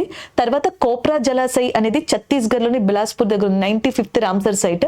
94th వచ్చేటప్పటికి ఇప్పుడు మనం చూసాం కదా గోగాబిల్ బీహార్ లో ఉంది చూసారా, అది 94th రామ్సర్ సైట్ కింద ఉండడం జరిగింది. ఇండియాలో అతిపెద్ద రామ్సర్ సైట్ వచ్చేటప్పటికి సుందర్ బన్స్. సో మనకి ఏరియా వైజ్ చూసుకున్నట్టయితే largest Ramsar site Sundarbans గా చెప్తాం. అతి చిన్న రామ్సర్ సైట్ అతి చిన్న వెట్లాండ్ వచ్చేటప్పటికి రేణుకా లేక్ అని చెప్పేసి ఉంటది. హిమాచల్ ప్రదేశ్ ఏదైతే ఉందో హిమాచల్ ప్రదేశ్ దగ్గర ఇది ఉండడం జరుగుతుంది. ఇది స్మాలెస్ట్ వెట్లాండ్ అన్నమాట. బిగ్గెస్ట్ అయితే మాత్రం సుందర్ బన్స్ అనేది ఏదైతే ఉందో వెస్ట్ బెంగాల్లో, సో ఆ ప్రాంతంగా చెప్పొచ్చు. ఓకేనా. అలాగే first Ramsar site in India, భారతదేశంలో మొట్టమొదటి రామ్సర్ సైట్స్ గా 2 ప్రదేశాలు గుర్తించబడ్డాయి. ఒకటి వచ్చేటప్పటికి చిల్కా లేక్ అని చెప్పేసి అంటాం, చిల్కా సరస్సు అంటాం, which is located in Odisha ప్రాంతం ఉంది కదా అక్కడ. రెండోది వచ్చేటప్పటికి చూసుకున్నట్టయితే రాజస్థాన్ కి సంబంధించింది. సో మనకి కియోలాడియో అనే ప్రాంతం ఏదైతే ఉందో సో దానికి సంబంధించిందని రికగ్నైజ్ చేశారు. ఆన్సర్ ఇక్కడ ఆప్షన్ డి ఏదైతే ఉందో so that is a correct answer. Next one ఏదైతే ఉందో సో నెక్స్ట్. సో ఇక్కడ ఒకసారి చూడండి, El Nino current which effects that Indian monsoon originates at అని చెప్పేసి అడుగుతున్నారు. సో ఎల్ నినో ఏదైతే ఉందో అది మనకి జనరల్ గా ఎక్కడ స్టార్ట్ అవుతుంది, అది భారతదేశం యొక్క ఋతుపవనాల్ని ప్రభావితం చేస్తుంది అంటున్నారు. మనకి భారతదేశం యొక్క ఋతుపవన వ్యవస్థ ఏదైతే ఉందో మాన్సూన్ సిస్టమ్ ఏదైతే ఉందో సో దాంట్లో 2 కీ ఆస్పెక్ట్స్ కూడా ఉంటాయి. ఒకటి ఎల్ నినో అంటాం, 2 లానినా అంటాం. లానినా అంటే అత్యధిక వర్షపాతం సంభవించే స్థితి ఉంటుంది. ఎల్ నినో అంటే వర్షాలు తక్కువగా వస్తాయి లేదా కరువు డ్రాట్ లాంటి పరిస్థితి కూడా మనం చూడొచ్చు అనమాట. వీటంతటికి ఏది కారణం అనే దాని మీద ఒక మెకానిజం అనేది వర్క్ చేస్తుంది. సో బేసిక్గా భారతదేశానికి వర్షాలు రావాలి అన్నా వర్షాలు రాకూడదు అన్నా అదంతా ఋతుపవనాలు మాన్సూన్స్ మీద ఆధారపడి ఉంటుంది. ఈ ఋతుపవనాలు హిందూ మహాసముద్రం అంటే ఇండియన్ ఓషన్ లో పుట్టి సో అంటే ఆరిజినేట్ అయ్యి తర్వాత భారతదేశం మీదుగా వచ్చి భారతదేశం అంతటా వ్యాప్తి చెందించి వర్షాన్ని కురిపిస్తాయి. ఇది కారణం. కానీ హిందూ మహాసముద్రంలో ఋతుపవనాలు ఏర్పడాలి అంటే ఈ మాన్సూన్స్ ని పుష్ చేసే ఒక ఫ్యాక్టర్ కావాలి, దీన్ని బలపరిచే ఒక కారణం కావాలి. ఈ ఋతుపవనాల్ని బలపరిచే కారణం ఏదైనా ఉంది అంటే ప్రపంచ పవనాలుగా చెప్తాం. ప్రపంచ పవనాలు అంటే సో మనకి ఎప్పుడూ కూడా ఒక లాటిట్యూడ్ దగ్గర ఒక అక్షాంశం దగ్గర అలాంటి పవనాలు వీస్తాయి అన్నమాట. అందులో ఒకటి వచ్చేటప్పటికి మనం ఏమంటామంటే వ్యాపార పవనాలు అంటాం, which is called as a trade winds అంటాం. ఈ ట్రేడ్ విండ్స్ అనేవి 0 degrees నుంచి 30 degrees ఏదైతే ఉంటుందో మనకి ఈ ట్రాపికల్ ఏరియా అని చెప్పేసి అంటాం కదా, ఉష్ణమండల ప్రాంతాలు ఏవైతే ఉంటాయో ఆ ప్రాంతాల్లో ఎక్కువగా కనిపిస్తూ ఉంటాయి, వ్యాపార పవనాలు అంటాం. ఈ వ్యాపార పవనాలు పుష్ చేయడం వల్ల హిందూ మహాసముద్రం దగ్గర మార్పులు చెంది ఆ హిందూ మహాసముద్రం దగ్గర నుంచి ఋతుపవనాలు ఏర్పడి భారతదేశం మీదుగా రావడం జరుగుతుంది. సో ఇదంతా అక్కడ జరిగే మెయిన్ పాయింట్. అంటే వ్యాపార పవనాలే మనకి హిందూ మహాసముద్రం మీదుగా భారతదేశం వైపు ఋతుపవన వ్యవస్థగా మారి వస్తాయి. అది కారణం. మెయిన్ గా ఇవే విండ్స్ ఇవే గాలి, కాకపోతే భారతదేశం మీదకి వచ్చేటప్పటికి అవి ఋతుపవన వ్యవస్థగా పనిచేస్తాయి అన్నమాట. అయితే ఈ పవనాలు గనుక పని చెయ్యాలి అంటే పుష్ చేయాలి, భారతదేశం వైపు గాలి లేదా పవనాలు తేమతో కూడిన విండ్స్ ఏవైతే ఉన్నాయో అవి బలంగా రావాలి అనుకుంటే గనక సో ఖచ్చితంగా ఈ వ్యాపార పవనాలు ఏవైతే ఉన్నాయో అవి కొన్ని వాతావరణ మార్పులకి గురి అవ్వడం అనేది జరుగుతుంది. అది కూడా ఎక్కడ జరుగుతుంది అంటే సౌత్ అమెరికా, దక్షిణ అమెరికా. ఇది దక్షిణ అమెరికా, ఇది పసిఫిక్ మహాసముద్రం. ఈ దక్షిణ అమెరికా పసిఫిక్ మహాసముద్రం దగ్గర 2 ప్రాంతాలు ఉంటాయి. ఒకటి పెరు అంటాం, 2 చిలీ అని చెప్పేసి అంటాం, which is called yes Peru country. And ఇది వచ్చేటప్పటికి చిలీ కంట్రీ అంటాం. మనం చాలా సార్లు చదువుతాం కదా ABC ట్రయాంగిల్ అంటాం. సో అర్జెంటీనా, బొలీవియా, చిలీ అని 3 ప్రాంతాలు ఉంటాయి. ప్రపంచంలో లిథియం నిక్షేపాలకి పెట్టింది పేరుగా ABC ట్రయాంగిల్ ని చెప్తాం. అర్జెంటీనా, బొలీవియా, చిలీ, అందులో ఒక ప్రాంతమే ఇది. ఈ పెరు, చిలీ ప్రాంతాలు సాధారణంగా చాలా చల్లగా ఉంటాయి. అంటే ఇక్కడ అధిక పీడనం అనేది ఉంటది. సో గాలి ఎప్పుడు అధిక పీడనం నుంచి అల్ప పీడనంకి వెళ్ళడం, లేకపోతే ప్రవాహాలకి కూడా అనుకూలంగా ఉండడం వల్ల సో ఈ వ్యాపార పవనాలు అనేవి హిందూ మహాసముద్రాన్ని ప్రభావితం చేస్తే అక్కడి నుంచి ఋతుపవన వ్యవస్థ అనేది భారతదేశం వైపుగా వచ్చి వర్షాలు కురిపిస్తుంది, లేదా ఎక్కువగా వర్షాలు కురిపిస్తే దాన్ని లానినా అంటాం. ఒకవేళ అనుకోని పరిస్థితుల్లో ఇక్కడ ఉష్ణోగ్రతలు మారి ఇక్కడ అత్యధికమైన ఉష్ణోగ్రతలు గనుక నమోదైతే సో ఇక్కడ అల్పపీడనం లాంటి ప్రాంతాలు ఏర్పడతాయి. దానివల్ల వ్యాపార పవనాలు ఈ డైరెక్షన్లో వెళ్ళాల్సింది, ఈ దిశలో వెళ్ళాల్సింది నెమ్మది పడతాయి, లేదా వెళ్ళడానికి అంత సానుకూలించవు, అంత అనుకూలమైన అట్మాస్ఫియర్ ఉండదు. అప్పుడు ఋతుపవనాలు అనేవి యాక్టివ్గా ఇండియా వైపుకి రాలేవు, లేదా చాలా తక్కువగా వస్తాయి. ఆ టైంలో వర్షాలు కురవడం కానీ, లేదా వర్షాలు తక్కువగా కురవడం కానీ, లేకపోతే అసలు కురకపోవడం కానీ ఇట్లాంటివన్నీ జరుగుతాయి. దానిని ఎల్నినోన్ అంటాం. ఇవి ఎల్నినోన్, లానినోన్ కి సంబంధించిన పరిస్థితులుగా మనకి చెప్పడం జరుగుతుంది. అంటే ఇవన్నీ జరగడానికి పసిఫిక్ మహాసముద్రం కారణం, దాన్ని అంటి పెట్టుకుని ఉన్న పెరువియన్ ప్రాంతం ఏదైతే ఉందో సో అది కూడా కారణం. సాధారణంగా ఎల్నినోన్ అనేది ప్రతి 7 సంవత్సరాలకి దాదాపుగా, దీన్ని ఎవరు యాక్యురేట్ గా చెప్పలేరండి. సో అది మనకి కంప్లీట్ గా ఖచ్చితంగా చెప్పే ప్రాసెస్ లో ఉండదు. దాదాపుగా 6 నుంచి 7 సంవత్సరాల్లో ఒకసారి మనం చూడొచ్చు అని చెప్పేసి అంటారు. సో ఆప్షన్ 1 ఏదైతే ఉందో that is a correct answer గా మనం ఇక్కడ తీసుకోవచ్చు. ప్రపంచంలో ఎస్ ఆకారంలో ఉండే మహాసముద్రం ఏది అంటే అట్లాంటిక్ మహాసముద్రాన్ని చెప్పొచ్చు. పసిఫిక్ మహాసముద్రాన్ని రింగ్ ఆఫ్ ఫైర్ అంటారు. చూడ్డానికి అది గుర్రపు నాడ, హార్స్ షూ ఎలా అయితే ఉంటుందో అలాంటి షేప్ లో ఉండడం జరుగుతుంది. అండ్ ద నెక్స్ట్ క్వశ్చన్కి వెళ్దాం. సరే ఇక్కడ క్వశ్చన్ చూడండి మనకి, అండ్ మ్యాంగ్రూవ్స్ అని చెప్పేసి ఇచ్చారు, స్టేట్స్ అని చెప్పేసి ఇచ్చారు. మడ అడవులు, మడ చెట్లు అంటాం కదా. సో బేసిక్గా సముద్రానికి సంబంధించిన తరంగ శక్తిని అంటే వేవ్స్ని కానీ టైడ్స్ని కానీ తట్టుకునే శక్తి ఈ మ్యాంగ్రూవ్స్కి ఉంటుందంట. అందుకనే బోట్స్ అంటే మనకి నావల్ లాంటివి తయారు చేయడానికి, పేపర్స్ని తయారు చేయడానికి, మెరైన్ కోస్టల్ ఏరియా వాతావరణాన్ని కాపాడడానికి సో బేసిక్గా ఈ అడవులు అనేవి మనకి యూజ్ అవుతాయి, ఈ చెట్లు యూజ్ అవుతాయి. అందుకే మ్యాంగ్రూవ్ ట్రీస్కి ప్రపంచంలో ఇంకొక పేరు కూడా ఉంది. సో వీటిని బేసిక్గా ఏమని కూడా పిలుస్తారు అంటే they are called as a tidal trees అని కూడా పిలుస్తారు. సో వీటిని ఏమని చెప్పేసి పిలుస్తారు అంటే టైడల్ ట్రీస్ అని కూడా మనకి పిలవడం జరుగుతుంది. అలాంటిది వెంబనాథ్ మ్యాంగ్రూవ్ ఫారెస్ట్ లేదా మ్యాంగ్రూవ్ ట్రీస్ అంటున్నారు. వెంబనాథ్ సరస్సు అన్న, వెంబనాథ్ ఫారెస్ట్ అన్న, వెంబనాథ్ లేక్ అన్న, so that is in Kerala. So కాబట్టి ఆప్షన్ 2 ఏదైతే ఉందో మనకి ఇక్కడ సెట్ అవుతుంది. And the next one Pichavaram అని చెప్పేసి ఉంది. సో పిచ్చవరం అనేది it is very famous for that mangroves which is in Tamil Nadu area. తమిళనాడులో అది ఉంది కాబట్టి ఆప్షన్ 5 అనేది ఇక్కడ మనకి సెట్ అయిపోతుంది. అండ్ ద నెక్స్ట్ వచ్చేటప్పటికి మనకి కుందపూర అని చెప్పేసి ఉంది. సో ఇది వచ్చేటప్పటికి మనకి కర్ణాటక ప్రాంతం ఏదైతే ఉందో సో కర్ణాటక ప్రాంతం దగ్గర కనిపిస్తుంది. అలాగే నెక్స్ట్ కోరి క్రీక్, క్రీక్ అంటే చారా అని చెప్పేసి అంటాం. ఇప్పుడు ఏంటి మనకి బేసిక్గా ఇది సముద్ర తీర ప్రాంతం అనుకోండి, ఇది సముద్రము, ఇక్కడ ఉన్నదేమో సముద్ర తీర ప్రాంతం, కోస్టల్ ఏరియా అంటాం. అలా కాకుండా సో ఇక్కడ ల్యాండ్ ఉంది, మళ్ళీ ఇక్కడ ల్యాండ్ ఉంది, సో ఇక్కడ మనకి సముద్రం అనేది ఉంది. అంటే నీరు, దాని తర్వాత కొంతవరకు నేల, దాని తర్వాత కొంతవరకు మళ్ళీ నీరు, చారల కింద ఉండడం అండి క్రీక్ అంటే చారా. సో బేసిక్గా ఇలాంటి ప్రదేశాల్లో బోట్స్ ఉంచడం కానీ లేకపోతే మనకి ఏదైనా హల్ట్ తీసుకోవడానికి కానీ సో ఇట్లాంటి వాటన్నిటికీ ఉపయోగపడుతుంది. సర్ క్రీక్, కోరి క్రీక్ ఇవన్నీ కూడా గుజరాత్ ప్రాంతానికి సంబంధించినవి. అంటే కోరి క్రీక్ అనేది దేనికి సంబంధించింది? గుజరాత్కి కదా. 4152 అనేది ఏదైతే ఉందో so that is a correct answer. Option చూద్దాం ఎక్కడైనా ఉందేమో అని చెప్పి. 4152 అనేది ఆప్షన్ 4లో ఉందన్నమాట. సో ఒకసారి మళ్ళీ చూడండి, కోరి క్రీక్ ఏదైతే ఉందో అది గుజరాత్కి సంబంధించిందిగా చెప్పొచ్చు. ఆప్షన్ 4 అనేది అక్కడ తీసుకోవచ్చు. తర్వాత కుందపూర అని చెప్పేసి ఉంది. సో కుందపూర అనేది బేసిక్గా మనకి దేనికి సంబంధించింది? కర్ణాటకకి సంబంధించింది 1. తర్వాత నెక్స్ట్ పిచ్చవరం ఏదైతే ఉందో అది తమిళనాడుకి సంబంధించింది కాబట్టి సో 5 అనేది అక్కడ తీసుకోవచ్చు. అలాగే నెక్స్ట్ వచ్చి వెంబనాథన్ అనేది కేరళకి సంబంధించింది కాబట్టి 2 అనేది తీసుకోవచ్చు. సో 4152 కాబట్టి ఆప్షన్ 4 ఏదైతే ఉందో 4152 అనేది కరెక్ట్ ఆన్సర్ అవుతుంది. అలాగే ఈ మ్యాంగ్రూవ్స్ ని కాపాడడానికి గవర్నమెంట్ ఆఫ్ ఇండియా 2023లో ఒక ప్రాజెక్ట్ ని తీసుకొచ్చింది, ఒక స్కీమ్ ని. సో దాని పేరు మిస్టీ అని చెప్పేసి అంటాం. Mangrove and initiative for shoreline habitats and tangible incomes అని చెప్పేసి ఉంది. మళ్ళీ చెప్తున్నాను, mangrove initiative for shoreline habitats and tangible incomes అనేది సో దాని యొక్క అబ్రివేషన్ గా చెప్పొచ్చు. సో మడ అడవుల్ని కాపాడడానికి గవర్నమెంట్ ఆఫ్ ఇండియా 2023లో తీసుకొచ్చిన సో స్కీమ్ గా దాన్ని చెప్పడం జరుగుతుంది. అండ్ ద నెక్స్ట్ వన్ చూడండి, which one of the following state has the highest percentage of area under forest అని చెప్పేసి అడుగుతున్నారు. క్రింది రాష్ట్రాల్లో అత్యధిక అటవీ విస్తీర్ణం శాతం కలిగిన రాష్ట్రం ఏది అని. అత్యధిక అటవీ ప్రాంతం అంటే మధ్యప్రదేశ్ అన్నమాట. అత్యధిక అటవీ శాతం ఉన్న ప్రాంతం ఏది అంటే so that is nothing but Mizoram ఏదైతే ఉందో మిజోరం అనే దాన్ని చెప్పొచ్చు. అత్యధిక అటవీ విస్తీర్ణం కలిగిన రాష్ట్రం మిజోరం అనే దానికి తీసుకోవచ్చు. ఆప్షన్ 1, 3 ఏదైతే ఉందో so that is the correct answer. ఒక్కొక్కసారి ఎగ్జామ్ లో అండ్ టాప్ 3, టాప్ 5 అలా అడుగుతారు. మిజోరం తరువాత అరుణాచల్ ప్రదేశ్ లో అత్యధిక శాతం అనేది ఉంటది. అరుణాచల్ ప్రదేశ్ తర్వాత మేఘాలయలో ఉంటది, దాని తర్వాత మణిపూర్, దాని తర్వాత నాగాలాండ్. ఈశాన్య రాష్ట్రాల్లో అత్యధిక శాతమైన అడవులు అనేవి మనకి ఉండడం జరుగుతుంది అనమాట. మణిపూర్ నెక్స్ట్ వచ్చేటప్పుడు మనకి ఏమని చెప్పేసి అంటాం, మిజోరం, అరుణాచల్ అండ్ మేఘాలయ్, మణిపూర్, నాగాలాండ్ అనేవి గుర్తుపెట్టుకుంటే సరిపోతుంది.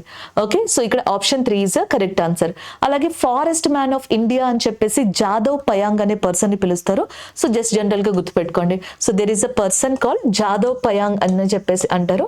సో ఈ పర్సన్ ని ఫారెస్ట్ మ్యాన్ ఆఫ్ ఇండియా అని కూడా మనకి పిలవడం అనేది జరుగుతుంది.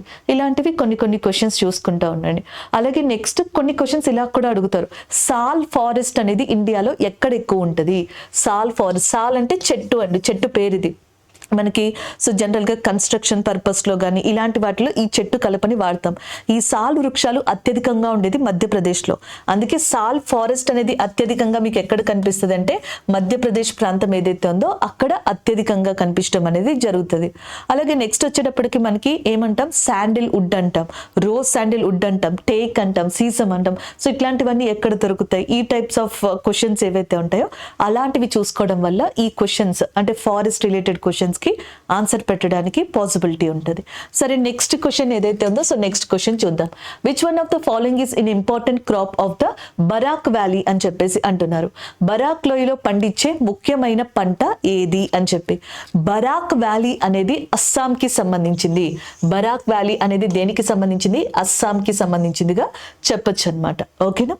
నెక్స్ట్ వన్, సో మనకి ఇక్కడ కాటన్ ఇచ్చారు. కాటన్ అనేది బ్లాక్ సాయిల్, నల్ల రేగడి నేలల్లో బాగా పండుతుంది. ఈ బ్లాక్ సాయిల్ అనేది దక్కన్ ప్రాంతంలో అత్యధికంగా ఉంటుంది. Like Maharashtra, Gujarat border, Telangana side. So ఇట్లా మనకి దక్కన్ ప్రాంతంలో నల్ల రేగడి నేలలు ఉంటాయి. అందుకే బ్లాక్ సాయిల్ ని బ్లాక్ కాటన్ సాయిల్ అని కూడా అంటాం. పత్తిని పండించాలంటే కొన్ని కండిషన్స్ ఉండాలి. సాయిల్ కానీ, టెంపరేచర్ కానీ, రెయిన్ఫాల్ కానీ వాటికి సంబంధించి కొన్ని కండిషన్స్ ఉండాలి. ఇకపోతే నెక్స్ట్ వచ్చేటప్పటికి పొగాకు, టొబాకో. సో దీనికి కూడా టెంపరేచర్ అండ్ రెయిన్ఫాల్ లెవెల్స్ అనేవి north east India especially Assam లాంటి ప్రాంతాలు సూటబుల్ కావన్నమాట. అంటే అటు పత్తి, పొగాకు కూడా ఇది సూటబుల్ కాదు. ఇకపోతే చెరకు, అలాగే నెక్స్ట్ వచ్చేటప్పటికి జనుము అని చెప్పేసి ఉంది. సంవత్సరం మొత్తం అంటే చాలా అత్యధికమైన రోజులు పండించే పంటగా చెరుకుని చెప్తారు, షుగర్ కేన్. అస్సాం లాంటి ప్రాంతాల్లో ఎస్పెషల్లీ మనకి వర్షాకాలంలో ఈ పంటల్ని అక్కడ పండించడం అనేది పాసిబుల్ అవ్వదు. ఎందుకంటే బ్రహ్మపుత్ర రివర్ యొక్క ఫ్లోటింగ్ చాలా ఎక్కువ ఉంటుంది. ఈవెన్ అస్సాం ని సారో ఆఫ్ బ్రహ్మపుత్ర, సో మనకి అస్సాం దుఃఖదాయిని, సారో ఆఫ్ అస్సాం అని చెప్పేసి బ్రహ్మపుత్ర రివర్ ని కూడా పిలుస్తారు. అంటే ఇక్కడ ఉన్న వాటిలో పాసిబిలిటీ ఉన్న ఒకే ఒక్క సో మనకి పంట ఏదైనా ఉంది అంటే జూట్ అని చెప్పేసి అంటాం. సో జనుము ఏదైతే ఉందో అది అస్సాంలోని బారాక్ వ్యాలీ దగ్గర. బేసిక్ గా టీ ప్రొడక్షన్ అనేది బారాక్ లోయ దగ్గర ఎక్కువ. తేయాక్ ఏదైతే ఉందో దాని ప్రొడక్షన్ ఎక్కువ. కాకపోతే ఇక్కడ ఇచ్చిన దాంట్లో పంట అడుగుతున్నారు కాబట్టి అది మనకి జనుము అవుతుంది. జనుము ఎస్పెషల్లీ మనకి వెస్ట్ బెంగాల్, కలకత్తా లాంటి ప్రాంతాల్లో ఎక్కువగా పండించడం అనేది జరుగుతుంది. సో ఈ జనుముకి సంబంధించిన బోర్డు ఒకటి జూట్ బోర్డు అని చెప్పేసి అంటాం. సో అది కూడా మనకి కలకత్తాలో లొకేట్ అయింది, వెస్ట్ బెంగాల్లో. సో అది ఇక్కడ మీరు చూసుకోవచ్చు అనమాట. అండ్ నెక్స్ట్ వన్ ఏదైతే ఉందో నెక్స్ట్ దానికి వెళ్దాం. నెక్స్ట్ క్వశ్చన్ చూద్దాం. సో నెక్స్ట్ వచ్చేటప్పటికి ఒడిస్సాలోని సుకిందవ్ క్రింది వానిలో దేనికి ప్రసిద్ధి అని అడుగుతున్నారు. Which of the following is a Sukinda is in Odisha famous for అని అడుగుతున్నారు. మామూలుగా మనకి కొన్ని ప్లేసెస్ లైక్ మనకి తోరియం అంటే కేరళ గుర్తొస్తుంది. మోనోజైట్ శాండ్ ఉంటుంది కేరళలో, అక్కడ ఇసుకలో తోరియం దొరుకుతుంది. యురేనియం అంటే ఆంధ్రప్రదేశ్ అండ్ జార్ఖండ్ లాంటి ప్రాంతాలు ఏవైతే ఉన్నాయో అవి గుర్తొస్తాయి. సో అలాగే అంటే ఒక్కొక్క దానికి ఒక్కొక్కటి. ఇప్పుడు K3 గనులు రాజస్థాన్లో అవి కాపర్, రాగికి సంబంధించి చాలా ఫేమస్ అన్నమాట.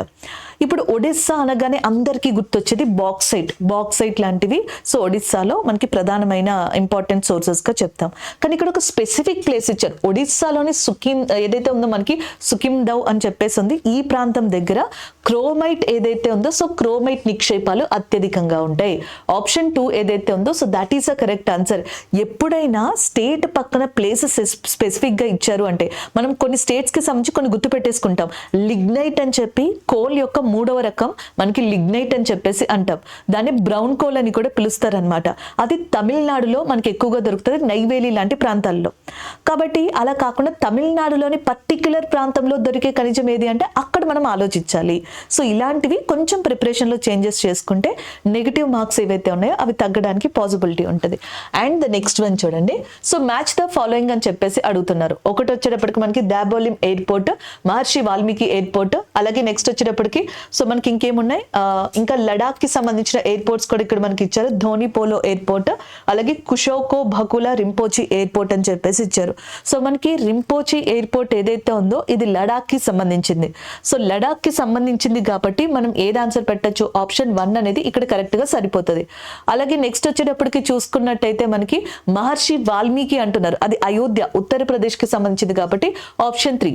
గోవాకి సంబంధించింది డెబోలిం ఇంటర్నేషనల్ ఎయిర్పోర్ట్ ఏదైతే ఉందో అది గోవాకి సంబంధించింది. సో మనకి ధోని పోలో అని చెప్పేసి ఉంది కదా, సో ఇది ఈటానగర్ అరుణాచల్ ప్రదేశ్ కి సంబంధించింది. 4321 అనేది కరెక్ట్ ఆన్సర్ అవుతుంది. సో 4321 అనేది ఆప్షన్ 2 కాబట్టి సో మనకి ఆప్షన్ 2 అనే దాన్ని కరెక్ట్ ఆన్సర్ గా తీసుకోవచ్చు. సో ఇట్లా ఎయిర్పోర్ట్స్ కూడా చూసుకోండి. కెంపగౌడ్ అంతర్జాతీయ విమానాశ్రయం ఇది మనకి బెంగళూరు కర్ణాటకలో లొకేట్ అయి ఉంటుంది. ఇందిరాగాంధీ అంతర్జాతీయ విమానాశ్రయం ఇది వచ్చేటప్పటికి మనకి ఢిల్లీలో లొకేట్ అయి ఉంటుంది. రాజీవ్ గాంధీ ఇంటర్నేషనల్ ఎయిర్పోర్ట్ శంషాబాద్ దగ్గర హైదరాబాద్ లో లొకేట్ అయి ఉంది. సో అలాగే నెక్స్ట్ ఇట్లాంటివి ఇంటర్నేషనల్ ఎయిర్పోర్ట్స్ ఏవైతే ఉన్నాయో వాటి పేర్లను బట్టి కొన్ని చూసుకుని జాగ్రత్తగా గుర్తుపెట్టుకోండి. భారతదేశంలో అత్యధికమైన అంతర్జాతీయ విమానాశ్రయాలు ఉన్నది. సో ఎక్కువ ఇంటర్నేషనల్ ఎయిర్పోర్ట్స్ ఉన్న స్టేట్ ఏది అంటే సో మనకి కేరళ ఏదైతే ఉందో కేరళలో ఎక్కువ ఇంటర్నేషనల్ ఎయిర్పోర్ట్స్ అనేవి ఉన్నాయి. డొమెస్టిక్ ఎయిర్పోర్ట్స్ అంటే విదేశీ స్వదేశీకి సంబంధించిన సేవలను అందించే ఎయిర్పోర్ట్స్ ఎక్కువ ఉన్నది. డొమెస్టిక్ ఎయిర్పోర్ట్స్ ఉన్న స్టేట్ ఏది అంటే గుజరాత్. డొమెస్టిక్ ఎయిర్పోర్ట్స్ ఉన్నది ఎక్కువగా గుజరాత్ లో, ఇంటర్నేషనల్ ఎయిర్పోర్ట్స్ ఎక్కువ ఉన్నది కేరళలో. సో కంప్లీట్ సౌర విద్యుత్ తోటి పనిచేసే విమానాశ్రయం సో మనకి Cochin international airport which is located in కేరళగా కూడా మనం చెప్పొచ్చు అనమాట. సో ఇలాంటివి కొన్ని చూసుకుంటానండి. Option 2 is the correct answer. Next దానికి వెళ్దాం. The person who was not a member of drafting committee of the Indian Constituent Assembly.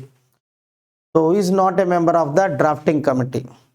So drafting committee was appointed on 29 August 1947, which consists of 7 members including chairman.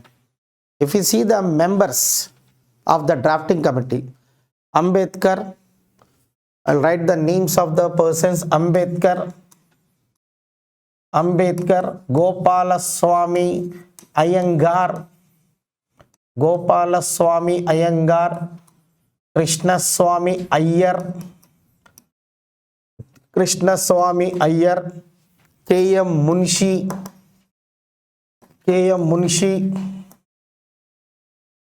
Gopalaswamy Iyengar, Krishnaswamy Iyer, K.M. Munshi, Mohammad Sayyid Saadullah, Mittal. So later on, Mittal was place occupied by the Madhavarao. So later Madhavarao became the member in place of Mittal.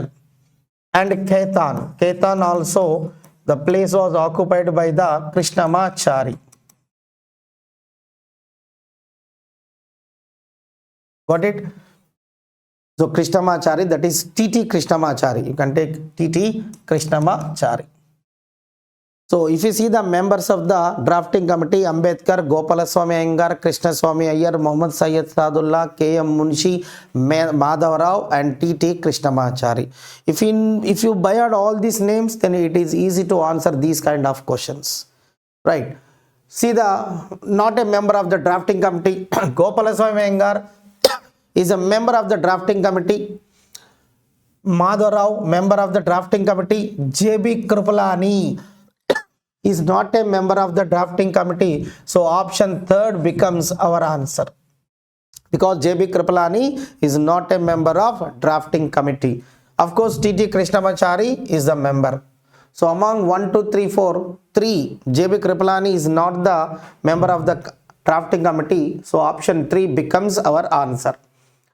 భారత రాజ్యాంగ పరిషత్ ముసాయిదా కమిటీలో సభ్యుడు కాని వారు.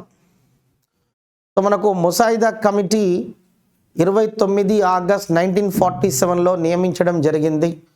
మొత్తం 7 సభ్యులు ఉంటారు. సో చైర్మన్తో సహా. ఇప్పుడు మనము సభ్యుల నేమ్స్ తీసుకున్నట్లయితే, పేర్లు తీసుకున్నట్లయితే అంబేద్కర్, గోపాలస్వామి అయ్యంగార్, కృష్ణస్వామి అయ్యర్, మొహమ్మద్ సయ్యద్ సాదుల్లా, కేఎం మున్షి. మొదట్లో మిట్టల్ ఉండేవారండి. మిట్టల్ స్థానంలో మాధవరావు వచ్చాడు.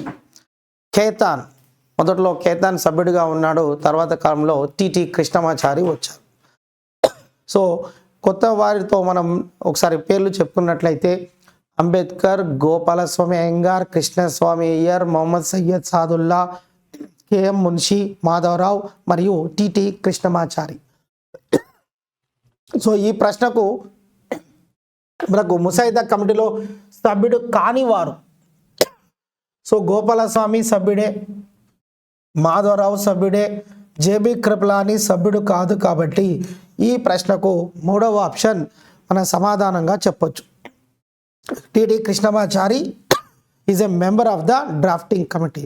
సో ఈ ప్రశ్నకు 3వ ఆప్షన్ సమాధానం. The election symbol of the political party mention below is not a bicycle. So which of the following party is not having a symbol of bicycle? Very important one. See that Lok Janshakti party, Telugu Desam party, Jammu and Kashmir national panthers party, Manipur peoples party. So Lok Janshakti party, it is in Bihar. Got it? So this party has a symbol of helicopter, not bicycle. So directly we can choose option 1 as the answer. Lok Janashakti Party, right now the chief of this Lok Janashakti Party is Chirag Paswan. Earlier it was his father Paswan. Right now it is Chirag Paswan is the chief of this Lok Janashakti Party, which is in Bihar. So this party has a helicopter symbol. Helicopter, not bicycle. But Telugu Desam, it has bicycle. Jammu Kashmir Panthers Party, of course it has a bicycle symbol, and Manipur People's Party is also having bicycle symbol. So option 1 we can choose as the answer. క్రింద పేర్కొన్న ఏ రాజకీయ party ఎన్నికల చిహ్నం cycle కాదు? So cycle కాదు అంటున్నాడు. లోక జనశక్తి party, ఇది బీహార్లో ఉంటుందండి. ఈ పార్టీ చీఫ్ ప్రస్తుతం చిరాగ్ పాస్వాన్. సో ఈ పార్టీకి సింబల్ ఏది అంటే హెలికాప్టర్ ఉంటుంది. కానీ తెలుగుదేశం పార్టీకి సైకిల్ గుర్తు, జమ్మూ కాశ్మీర్ మరియు నేషనల్ పాంథర్స్ పార్టీ సైకిల్ గుర్తు, మణిపూర్ పీపుల్స్ పార్టీ కూడా సైకిల్ గుర్తే ఉంటుంది. బట్ లోక జనశక్తి పార్టీ ఇది బీహార్లో ఉంటుందండి. వీరి పార్టీ గుర్తు హెలికాప్టర్. కాబట్టి ఈ ప్రశ్నకు మొదటి ఆప్షన్ మన సమాధానం. Which of the following acts provided representation to Indians in the legislative assembly for the first time? So first the aspirant see that this question has some printing mistake. So not it is legislative assembly, take it as a executive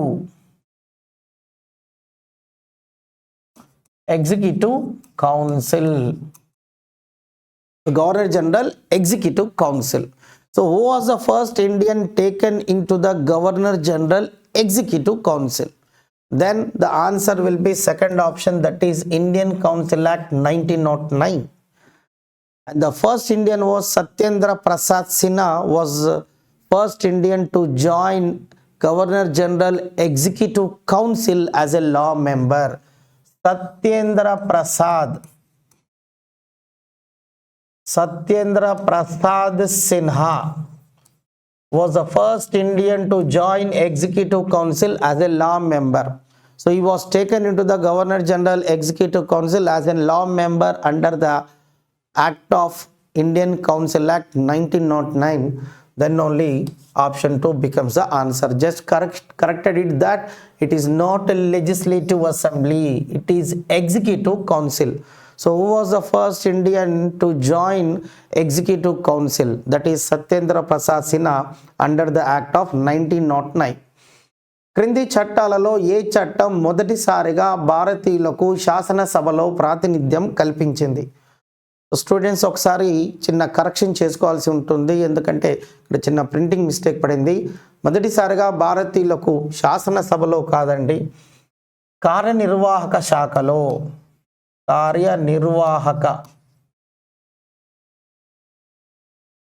కార్యనిర్వాహక శాఖలో మొదటిసారిగా భారతీయులకు ప్రాతినిధ్యం కల్పించిన చట్టం ఏది అంటే అప్పుడు భారత కౌన్సిల్ చట్టం 1909 ఆన్సర్ అవుతుంది.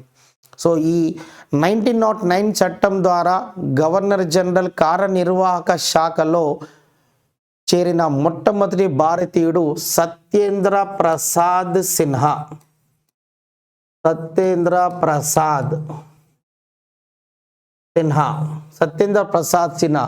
సో భారతీయ కౌన్సిల్ చట్టం 1909 ద్వారా గవర్నర్ జనరల్ కార్యనిర్వాహక శాఖలో చేరిన మొట్టమొదటి భారతీయుడుగా సత్యేంద్ర ప్రసాద్ సిన్హాగా మనం చెప్పవచ్చు. సో ఒకసారి కరెక్షన్ చేసుకోండి, ఇది శాసనసభ కాదు, కార్యనిర్వాహక శాఖ అని తీసుకుంటే మనకు రెండవ ఆప్షన్ సరైన సమాధానం అవుతుంది. Question number 134. Which of the following articles of the Constitution directs the government to ensure that wealth and means of production are not concentrated in the hands of a few? Right, so it's a DPSP. So we have options 39A, B, C, D, E. Got it? So these are the DPSPs. So DPSPs are nothing but instructions to the government or duties of the government. Now, the means of production not concentrated in the hands of few, health and means of production. So if you see Article 339C, operation of economic system does not result in the concentration of wealth and means of production to the common detriment.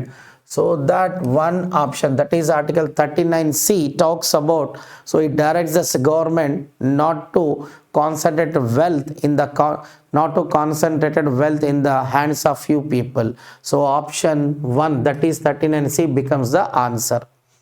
So if you see other articles, Article 39B, ownership and control of material resources of the community so distributed to subserve common good, that is B. And E, 39D talks about equal pay for equal work, and 39E, health and strength of workers tender the age of children not abused. So answer will be, this question is first option 39C.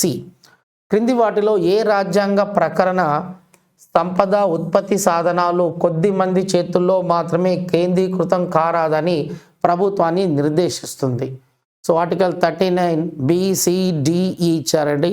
So ఇవి ఆదేశిక సూత్రాలు. So ఇందులో ఏం చెప్తున్నారు అంటే సంపద కొద్ది మంది చేతుల్లో, ఉత్పత్తి కారకాలు సంపద కొద్ది మంది చేతుల్లో కేంద్రీకృతం కాకుండా చూడాలి అని చెప్తున్న ఆర్టికల్ ఏది అంటే 39C అండి. సో ఆప్షన్ 1 మన సమాధానంగా చెప్పాలి. సో 39B ఏం చెప్తుంది అంటే ప్రజా సంక్షేమం దృష్ట్యా సహజ వనరులను సమానంగా పంపిణీ చేయాలి. సో అదేవిధంగా ఆర్టికల్ 39D ఏం చెప్తుంది అంటే సమాన పనికి సమాన వేతనం, మరియు 39E వచ్చేసి కార్మికుల ఆరోగ్యాన్ని పరిరక్షించాలి, బాలబాలికలు దోపిడీకి గురి కాకుండా చూడాలి. సో ఈ ప్రశ్నకు మన సమాధానం మొదటి ఆప్షన్ అవుతుంది. Question number 135. In which case did the Supreme Court rule that a person sentenced to imprisonment for more than 2 years shall lose his public office immediately? So directly we can choose answer Lily Thomas versus State of Karnataka or Union of India. It is in 2014. So in this case Supreme Court ruled that if any member of parliament or state legislature, any member of parliament or member of state legislature, they lose their membership in the house if they imprisoned by the court with the minimum 2 years imprisonment, right? So that is Lily Thomas versus Union of India. PV Narasimha Rao versus Union of India, it is 1998 case. So it is related to bribe privileges of parliament members. Keshavananda Bharati, State of Kerala, 1973. So landmark judgment, that is basic structure. Visakha versus State of Rajasthan, 1997. So it is also very important case. So in Vizag case, it has given the Supreme Court said has given the direction to the government to protect the working women at working places from sexual harassment. Very landmark judgment, that is Vizag state of Rajasthan. But anyway, answer for this question is first option. 2 సంవత్సరాలకు మించి jail శిక్ష విధించబడిన వ్యక్తి తక్షణమే తన ప్రజాప్రతినిధి పదవిని కోల్పోతాడని supreme court ఏ కేసులో తీర్పు చెప్పింది అంటే లిల్లీ థామస్. సో 2014 అండి ఈ కేసులో ఒక ప్రజాప్రతినిధి అంటే పార్లమెంట్ సభ్యుడు కానీ శాసనసభ సభ్యులు కానీ ఏదైనా క్రిమినల్ కేసులో 2 లేదా అంతకంటే ఎక్కువ జైలు శిక్ష విధించబడినట్లయితే ఇమ్మీడియట్గా వారు తమ పదవిని కోల్పోతారు అని లిల్లీ థామస్ కేసులో చెప్పింది. సో ఈ ప్రశ్నకు మొదటి ఆప్షనే మన సమాధానం. So PV Narasimha Rao versus union of India, ఇది 1998 కేసు అండి. సో ఇది ముడుపుల కేసులకు సంబంధించింది. పార్లమెంట్లో సభ్యులు ప్రశ్నలు అడగడానికి లంచాలు తీసుకున్నట్టుగా అభియోగాలు ఉన్నాయి. So Kesavananda Bharati versus state of Kerala, ఇది 1973 case. So landmark judgment ఇచ్చారు కేశవానంద భారతి కేసులో. సో రాజ్యాంగం యొక్క మౌలిక స్వరూపాన్ని దెబ్బతీయకూడదని చెప్పడం జరిగింది. So Visakha versus state of Rajasthan, ఇది 1997 కేసు. సో మహిళలు పనిచేసే ప్రదేశాలలో వారిపై లైంగిక దాడులు జరగకుండా నిరోధించాలని సుప్రీంకోర్టు కొన్ని గైడ్లైన్స్ ఇవ్వడం జరిగింది. చాలా ముఖ్యమైన కేసు. సో ఈ ప్రశ్నకు మొదటి ఆప్షన్ మన సమాధానం. Next question number 136. The position of leader of the opposition in the Lok Sabha usually goes to the leader of the largest opposition party in the house. However, the party must have at least, so to be recognized as a opposition leader, what should be the strength of the party in the house? So as per Salaries and Allowances of Leaders of Opposition Act 1977, the party which gets more than 1/10 strength in the house will be recognized as a opposition party, and that party leader will get opposition leader status.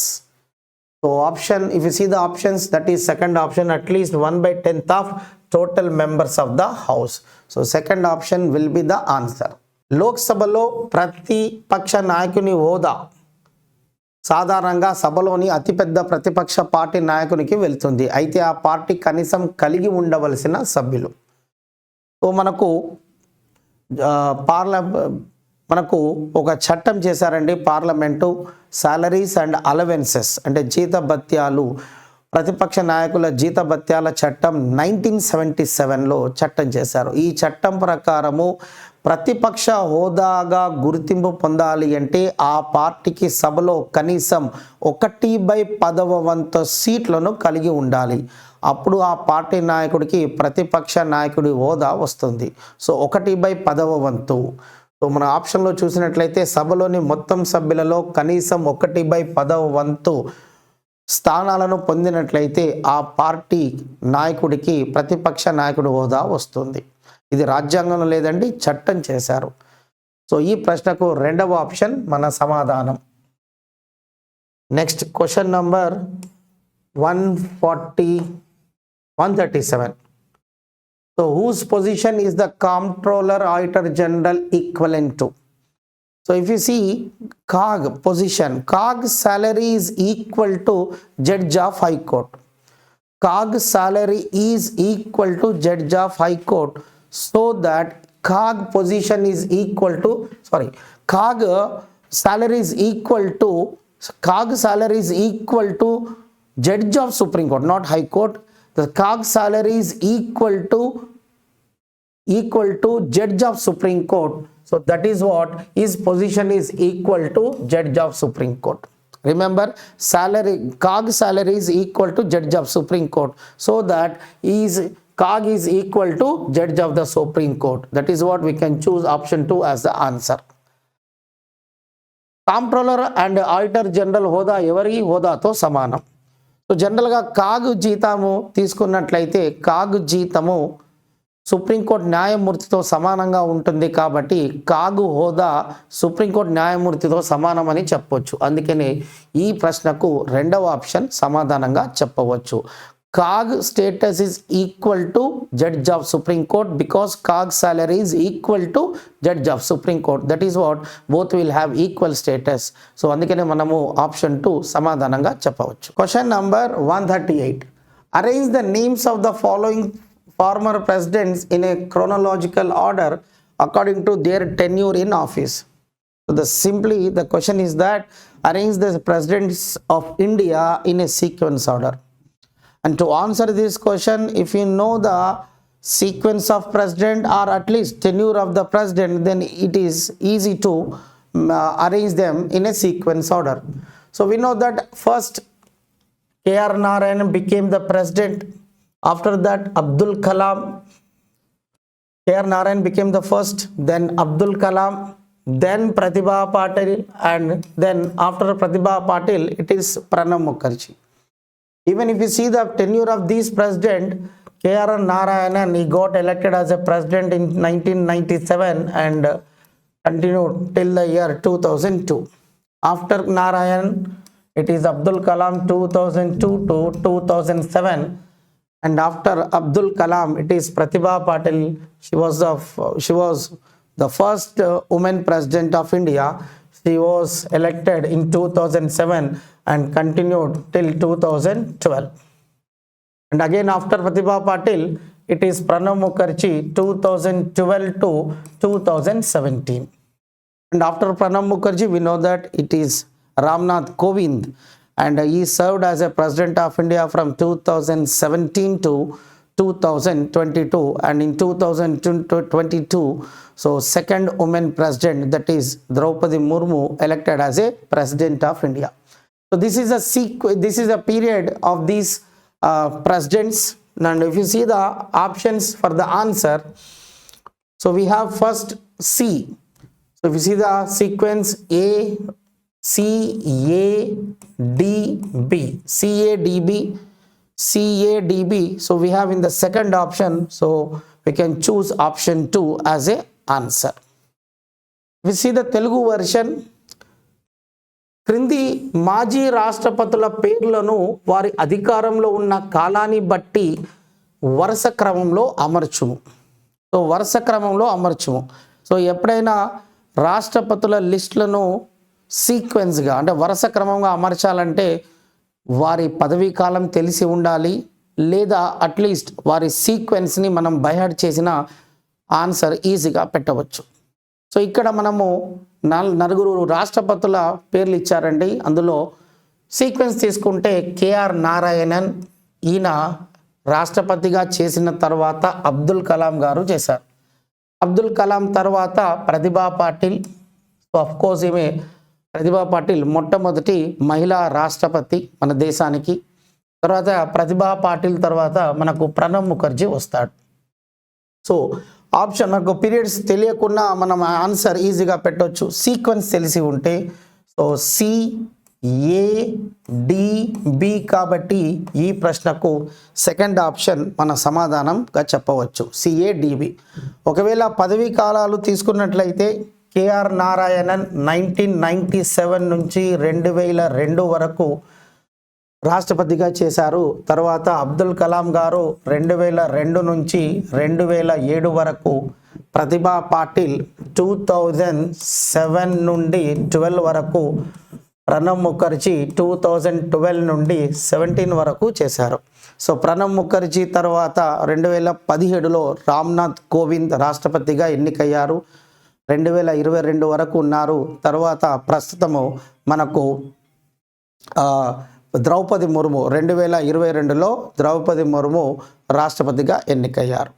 So రెండవ మహిళా రాష్ట్రపతి అని చెప్పొచ్చు. So ఈ ప్రశ్నకు second option మన సమాధానం అవుతుంది. Next question number 139. Arrange the following words in the preamble of the Constitution in a correct order. Very important that, so we have some words in the preamble. So arrange, the question is that the arrange the words of the preamble in a sequence order. So if you see the preamble says that it starts with "We the people of India." So we the people of India having solemnly resolved to constitute India into a sovereign, socialist, secular, democratic republic. This is a sequence of the words. Sovereign comes first. Sovereign, socialist, secular, democratic, and republic. So this is a sequence of the words. So sovereign comes first. So we have sovereign first, that is E. E stands first in the sequence. Socialist, so we have D, that is second position occupied by the D, that is socialist. Secular, so third position A. Democratic, that is B, and the last one is republic, that is C. So EDABC is the correct sequence of the words of the preamble. EDABC we have in the second option, so that we can choose option 2 as answer. So తెలుగులో కూడా చూసినట్లయితే రాజ్యాంగ పీఠికలో కనిపించే క్రింది పదాలను సరైన క్రమంలో అమర్చండి. సో సరైన క్రమంలో అమర్చండి అని చెప్తున్నాడు. రాజ్యాంగ పీఠిక అంటే ప్రవేశిక. సో ప్రవేశిక మనకు తెలుసు, ప్రవేశికలో పదాలు ఉన్నాయి. సో ఆ పదాలను సీక్వెన్స్గా అంటే వరుస క్రమంలో పేర్చండి అంటున్నాడు. సో ముఖ్యంగా మనకు ప్రవేశికలో ఏమేం పదాలు ఉన్నాయంటే సార్వభౌమ, ఇది సీక్వెన్స్ అండి.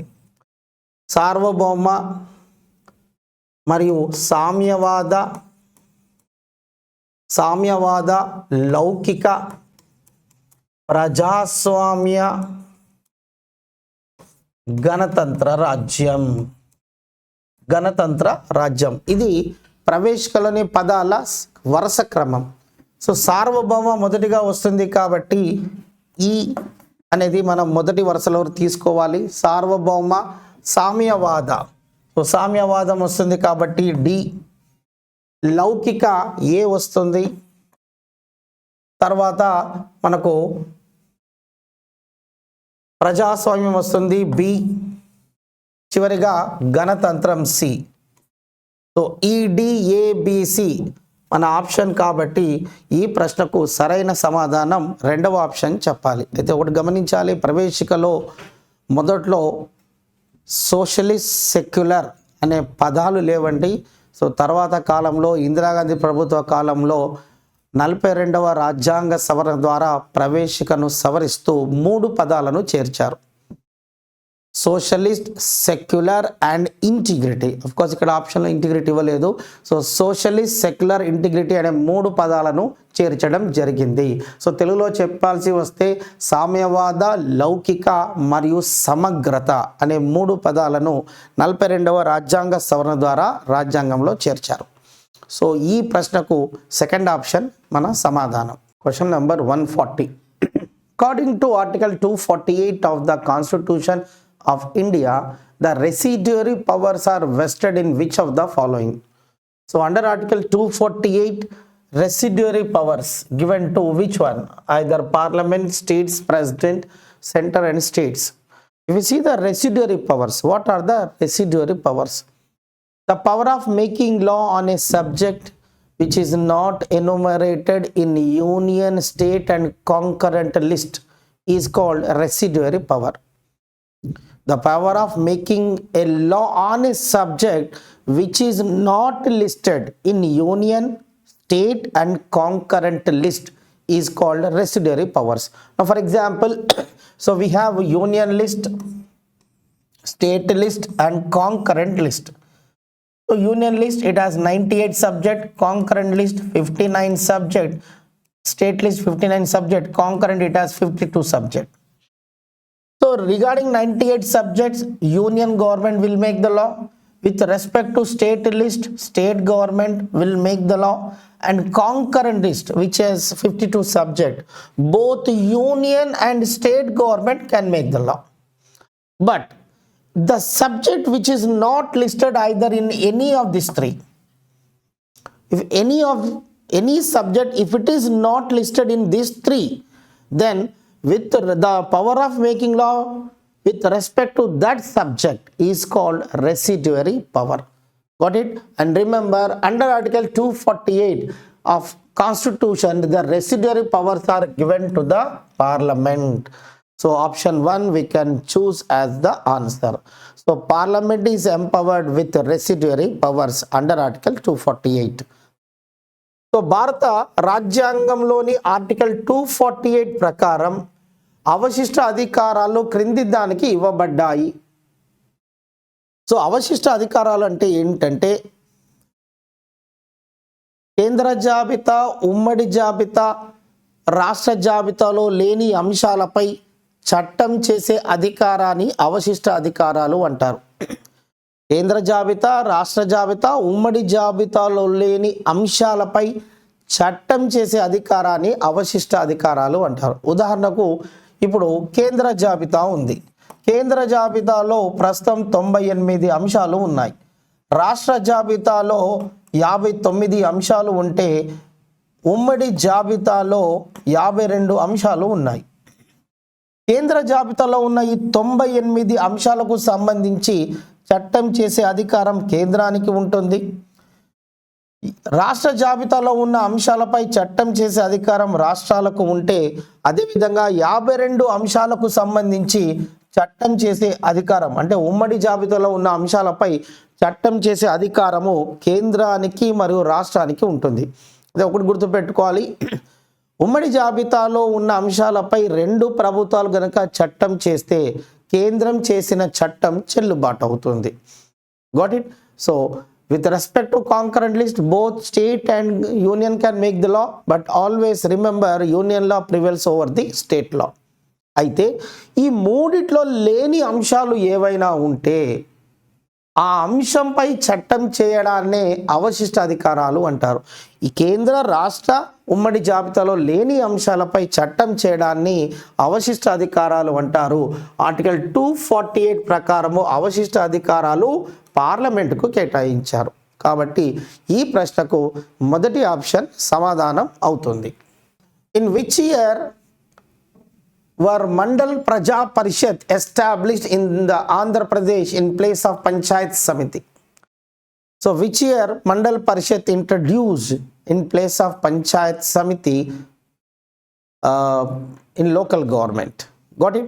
Now, see, in fact, in 1977 there was a Ashok Mehta committee appointed by Morarji Desai government. So this Ashok Mehta committee has recommended 2-tier system in place of 3-tier system. Of course, Balwant Rai has recommended 3-tier system, but this Ashok Mehta committee recommended 2-tier system. So that is Mandal Parishad and Jilla Parishad. So Mandal Parishad consists of a group of villages. The population is around 15,000 to 20,000. So this Mandal Parishad introduced, first state to introduce Mandal Parishad, that is Karnataka. Karnataka. So Karnataka is the first state to implement Mandal Parishad, which is in the year 1985.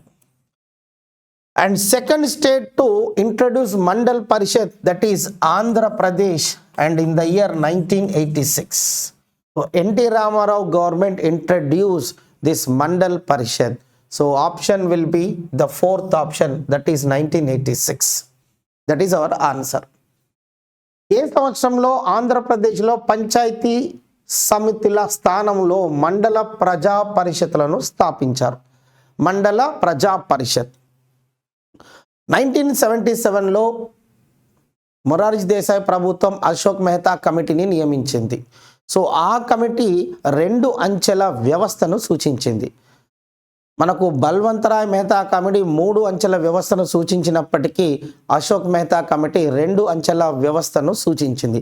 ఈ 2 అంచెల వ్యవస్థలో జిల్లా పరిషత్ జిల్లా స్థాయిలో మరియు మండల్ పరిషత్ so కొన్ని గ్రామాలతో కలిపి జనాభా 15,000 నుంచి 20,000 జనాభా ఉన్న కొన్ని గ్రామాలను కలిపి మండల్ ప్రజా పరిషత్గా ఏర్పాటు చేయాలని అశోక్ మెహతా కమిటీ సూచించింది.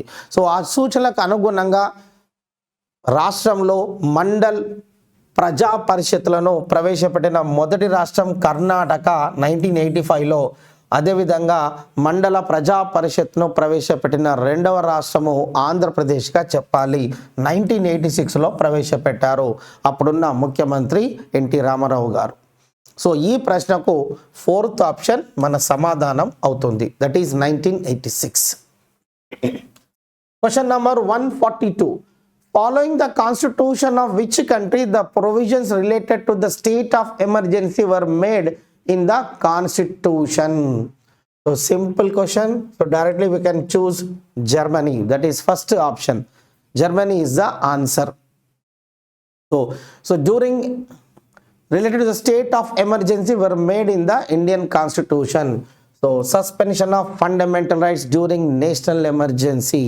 Suspension of fundamental right during emergency, that is a concept borrowed from Germany. So option 1 becomes the answer.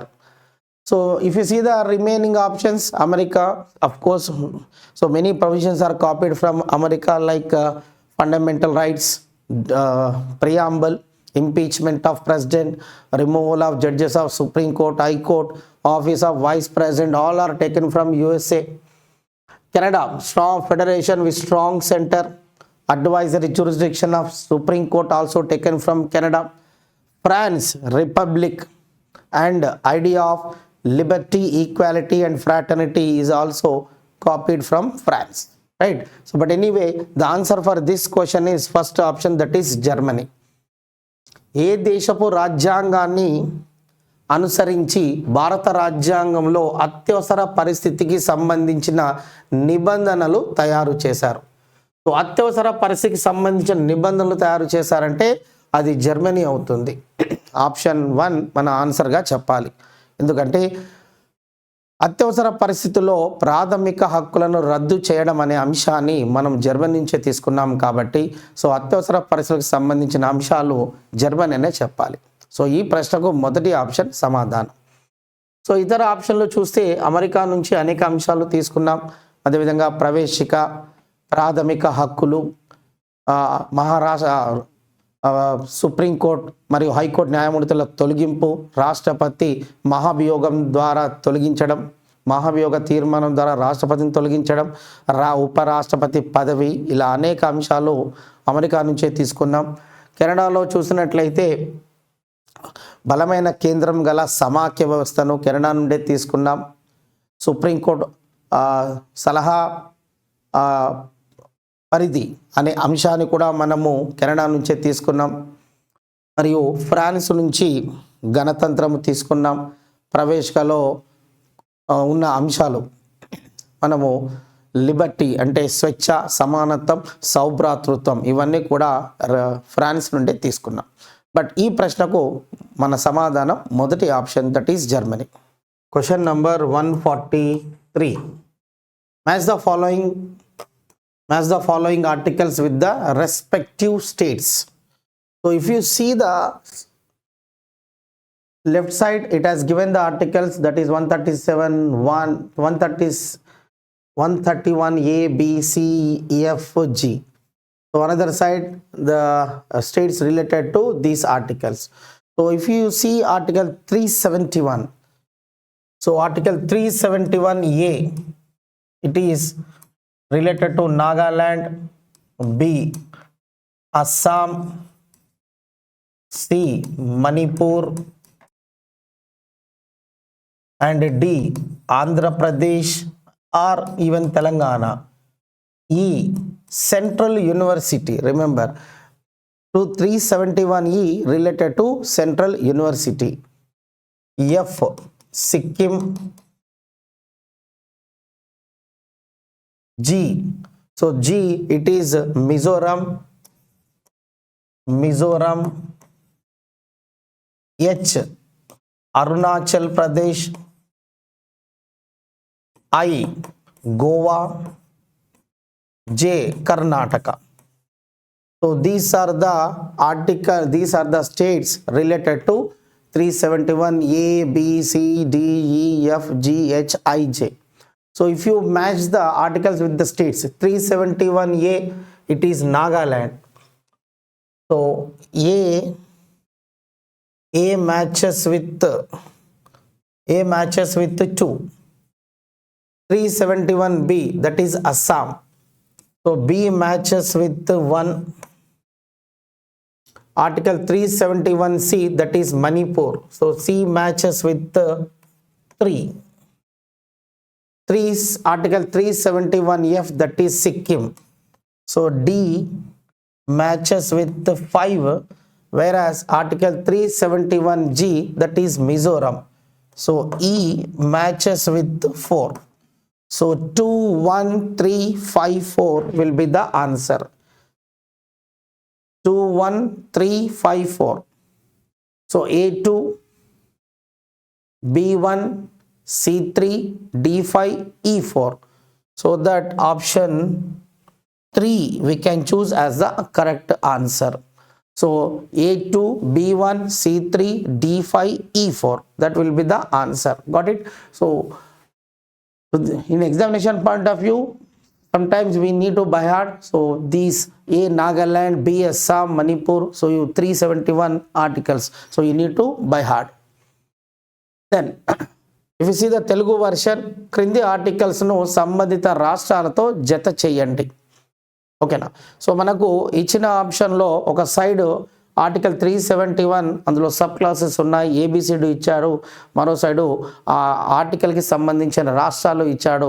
So ఇక్కడ అరేంజ్ చేయమంటున్నాడు, జతపరచమంటున్నాడు. కాబట్టి సో ఒకసారి మనము చూసినట్లయితే ఏ, సో ఏ వచ్చేసి నాగాలాండ్,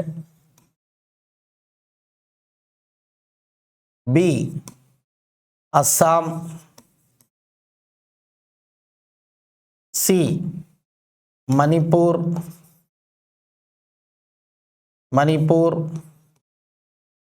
డి ఆంధ్రప్రదేశ్ లేదా Telangana, E central university. So కేంద్రీయ విశ్వవిద్యాలయం ఉంటుందండి, central university. So that is E. F Sikkim, G వచ్చేసి మనకు Mizoram, H Arunachal Pradesh, I Goa, J వచ్చేసి కర్ణాటక. Got it? సో ఈ విధంగా మనము కొన్ని ఎగ్జామ్లో గుర్తుపెట్టుకోవాల్సి ఉంటుంది. సో 371A నాగాలాండ్ కాబట్టి ఏ మనకు 2తో మ్యాచ్ అవుతుంది. సో ఏ 2గా తీసుకోవచ్చు. బి 371B అస్సాం కాబట్టి సో బి 1తో మ్యాచ్ అవుతుంది. ఆర్టికల్ 371C మణిపూర్ కాబట్టి సో సి 3తో మ్యాచ్ అవుతుంది. 371F వచ్చేసి సిక్కిం. సో డి 5తో మ్యాచ్ అవుతే సో రిమైనింగ్ 371G మిజోరంతో మ్యాచ్ అవుతుంది. సో జి 4 అని చెప్పాలి. సో 2, 1, 3, 5, 4. సో 2, 1, 3, 5, 4. సో ఈ ప్రశ్నకు 3వ ఆప్షన్ సరైన సమాధానం అవుతుంది. Question number 144. So which was the first state to implement 73rd constitutional amendment? Balwantarai Mehta Committee, on the recommendation of Balwantarai Mehta Committee, Rajasthan has become the first state to implement Panchayat Raj system, which was inaugurated on 2nd October 1959 at Nagaur district. But the question is, it is not the first state. It is asking which state to implement after 73rd Constitutional Amendment Act. So first state to implement 73rd Constitutional Amendment Act, that is Madhya Pradesh. So answer will be the 4th option, Madhya Pradesh. So Madhya Pradesh has become the first state to implement Panchayat Raj according to 73rd Constitutional Amendment Act. So fourth option becomes the answer. Rajasthan is the first state, but it is on the recommendation of Balwantara Mehta committee in the year 1959. And of course, we know that Andhra Pradesh is the second state to introduce Mandal Praja Parishad. Got it? So option 4 is the answer. 73వ రాజ్యాంగ సవరణను అమలు చేసిన మొట్టమొదటి రాష్ట్రం ఏది? So confuse అవ్వద్దండి. So మనకు బల్వంతరాయ్ ఇచ్చిన సిఫారసుల మేరకు పంచాయతీరాజ్ వ్యవస్థను ప్రవేశపెట్టిన మొట్టమొదటి రాష్ట్రం ఏది అంటే రాజస్థాన్. సో అక్టోబర్ 2, 1959లో నాగౌర్ జిల్లాలో పంచాయతీరాజ్ వ్యవస్థను ప్రవేశపెట్టారు. ఇది 59లో. కానీ ఇక్కడ ప్రశ్న ఏమడిగాడు? 73వ రాజ్యాంగ సవరణను అనుసరించి పంచాయతీరాజ్ వ్యవస్థను ప్రవేశపెట్టిన మొదటి రాష్ట్రం ఏది అంటే మధ్యప్రదేశ్ అని చెప్పాలి. సో రాజస్థాన్ కాదు. సో అందుకనే చదివేటప్పుడు కొంచెం జాగ్రత్తగా ఉండాలి. సో రాజస్థాన్ అనేది మొదటి రాష్ట్రమే, కానీ బల్వంతరాయ్ సిఫారసు మేరకు 59లో ప్రవేశపెట్టారు. ఇక్కడ 73వ రాజ్యాంగ సవరణను అమలు చేసిన మొదటి రాష్ట్రం మధ్యప్రదేశ్. మనకు తెలుసు ఆంధ్రప్రదేశ్ మండల్ ప్రజా పరిషత్తును ప్రవేశపెట్టిన రెండవ రాష్ట్రంగా ఆంధ్రప్రదేశ్ 1986లో చెప్పొచ్చు. సో ఈ ప్రశ్నకు మన సమాధానం 4వ ఆప్షన్ అవుతుంది. Question number 145. Recently, under which article did the Indian Constitutional Amendment Bill proposes to bring Chandigarh? So recently, if you notice that Article 131 Constitutional Amendment Bill, that is 2025, recently it was placed in the Parliament. So this bill was introduced to bring the Chandigarh under Article 240. Got it? So third option will be the answer. So it was proposed 131 Constitutional Amendment Bill to bring the Chandigarh under Article 240 so that President of India can make development of Chandigarh regulations for the development of Chandigarh, to make regulations for the development of Chandigarh. So Article 240 will be the answer. Article 239 Administration of Union Territories, 239AA Special Provisions with respect to Delhi, 239A creation of Legislature or Council of Ministers for the Union Territories. But answer for this question is third option, Article 240.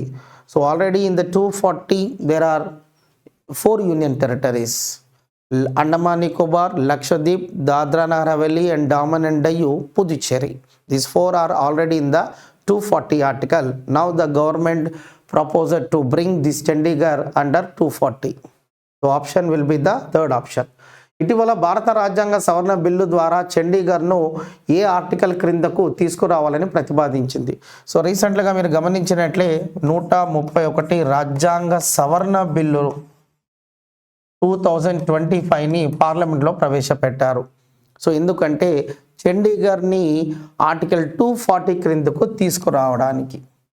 So 240 క్రింద article 240 క్రింద రాష్ట్రపతి కేంద్ర పాలిత ప్రాంతాల ప్రగతి కోసం రెగ్యులేషన్లను జారీ చేయవచ్చు. 240 ఆర్టికల్ను అనుసరించి కేంద్ర పాలిత ప్రాంతాల ప్రగతి కోసం రాష్ట్రపతి రెగ్యులేషన్లను జారీ చేయవచ్చు. ఆల్రెడీ 240 ఆర్టికల్ క్రింద 4 కేంద్ర పాలిత ప్రాంతాలు ఉన్నాయి: అండమాన్ నికోబార్, లక్షద్వీప్, దాద్రా నగర్ హవేలీ, డామన్ అండ్ డయ్యూ మరియు పుదుచ్చేరి. సో ప్రస్తుతము 131 రాజ్యాంగ సవరణ బిల్లును పెట్టారు. దాని ప్రకారం చండీగఢ్ను ఆర్టికల్ 240 క్రిందకు తీసుకురావడానికి. కాబట్టి ఈ ప్రశ్నకు సమాధానం 3వ ఆప్షన్ అవుతుంది. సో ఆర్టికల్ 239 గమనించినట్లయితే కేంద్ర పాలిత ప్రాంతాల పరిపాలన గురించి చెప్తుంది. 239AA ఢిల్లీ యొక్క ప్రత్యేక అంశాల గురించి చెప్తుంది, ఢిల్లీ కేంద్రపాలిత ప్రాంతము. అదేవిధంగా 239A కేంద్రపాలిత ప్రాంతాల్లో మంత్రిమండలి లేదా శాసనసభను ఏర్పాటు చేసే అంశాల గురించి చెప్తుంది. బట్ ఈ ప్రశ్నకు మన సమాధానం 3వ ఆప్షన్ అవుతుంది. సో ఇక్కడ మొట్టమొదటి ప్రశ్న చూసినట్టయితే which of the following is not include in the national income? Okay, క్రింది వాటిలో జాతీయ ఆదాయంలో పరిగణించబడినది ఏది అని చెప్పేసి అడుగుతున్నారు. ఫస్ట్ ఆఫ్ ఆల్ జాతీయ ఆదాయం అంటే ఏంటో మనం తెలుసుకోవాలి. అది తెలుసుకున్నప్పుడు మనకి ఇటువంటి ప్రశ్న చాలా ఈజీగా ఆన్సర్ చేయొచ్చు. జాతీయ ఆదాయం, nation income. The total value of the goods and services produced by the nation in a financial year is called as nation income. అంటే ఒక జాతి చేత, ఒక దేశం చేత ఉత్పత్తి చేయబడ్డటువంటి అంతిమ వస్తు సేవల యొక్క విలువ ఏదైతుందో దాన్ని మనం జాతీయ ఆదాయంగా చెప్తాం. అంటే వస్తు సేవల యొక్క ఉత్పత్తి ఉంటేనే మనం జాతీయ ఆదాయంగా మనం పరిగణిస్తాం అనమాట. ఈ ఒక్క పాయింట్ తీసుకుంటే మనకు చాలా ఆన్సర్స్ వచ్చేసాయి. సేల్ ఆఫ్ ఎ ఫర్మ్, అవునా? సో ఇక్కడ ఒక సంస్థ యొక్క అమ్మకం. ఇప్పుడు ఒక సంస్థ అనేది దాంతో అదే ఉండదు, అది తయారు చేయబడుతుంది, అవునా? తయారు చేసి దాన్ని అభివృద్ధి చేసిన తర్వాత ఆ సంస్థను అమ్ముతున్నారు అంటే ఒక వస్తువు ఉత్పత్తి చేసి అమ్ముతున్న దానితో సమానం అనమాట. కాబట్టి వస్తు సేవల యొక్క ఉత్పత్తి ఉంది కాబట్టి ఇది జాతీయ ఆదాయంలో భాగంగా ఉంటుంది. రెండోది శాలరీ ఆఫ్ ఎంప్లాయీస్, అవునా? ఉద్యోగుల యొక్క జీతాలు. ఒక ఉద్యోగికి జీతం ఎందుకు ఇస్తారు? ఆయన ఏదో ఒక సేవ కానీ ఒక వస్తువుని కానీ ఉత్పత్తి చేశారు కాబట్టి జీతం ఇస్తారు. అంటే వస్తు సేవ యొక్క ఉత్పత్తి వల్లనే ఈ ఆదాయం అనేది సమకూరుతుంది. కాబట్టి it's a part of a national income, జాతీయ ఆదాయంలో భాగం. రెండోది export of information technology sector, సమాచార సాంకేతిక రంగం యొక్క ఎగుమతులు. సమాచార సాంకేతిక రంగంలో ఎగుమతులు చేస్తున్నావు అంటే నువ్వు ఉత్పత్తి చేసి దాన్ని ఎగుమతి చేస్తున్నావు. ఒక సర్వీస్ని క్రియేట్ చేసి, ఒక సేవను నువ్వు ఉత్పత్తి చేసి దాన్ని ఎగుమతి చేస్తున్నావు. కాబట్టి part of the nation income.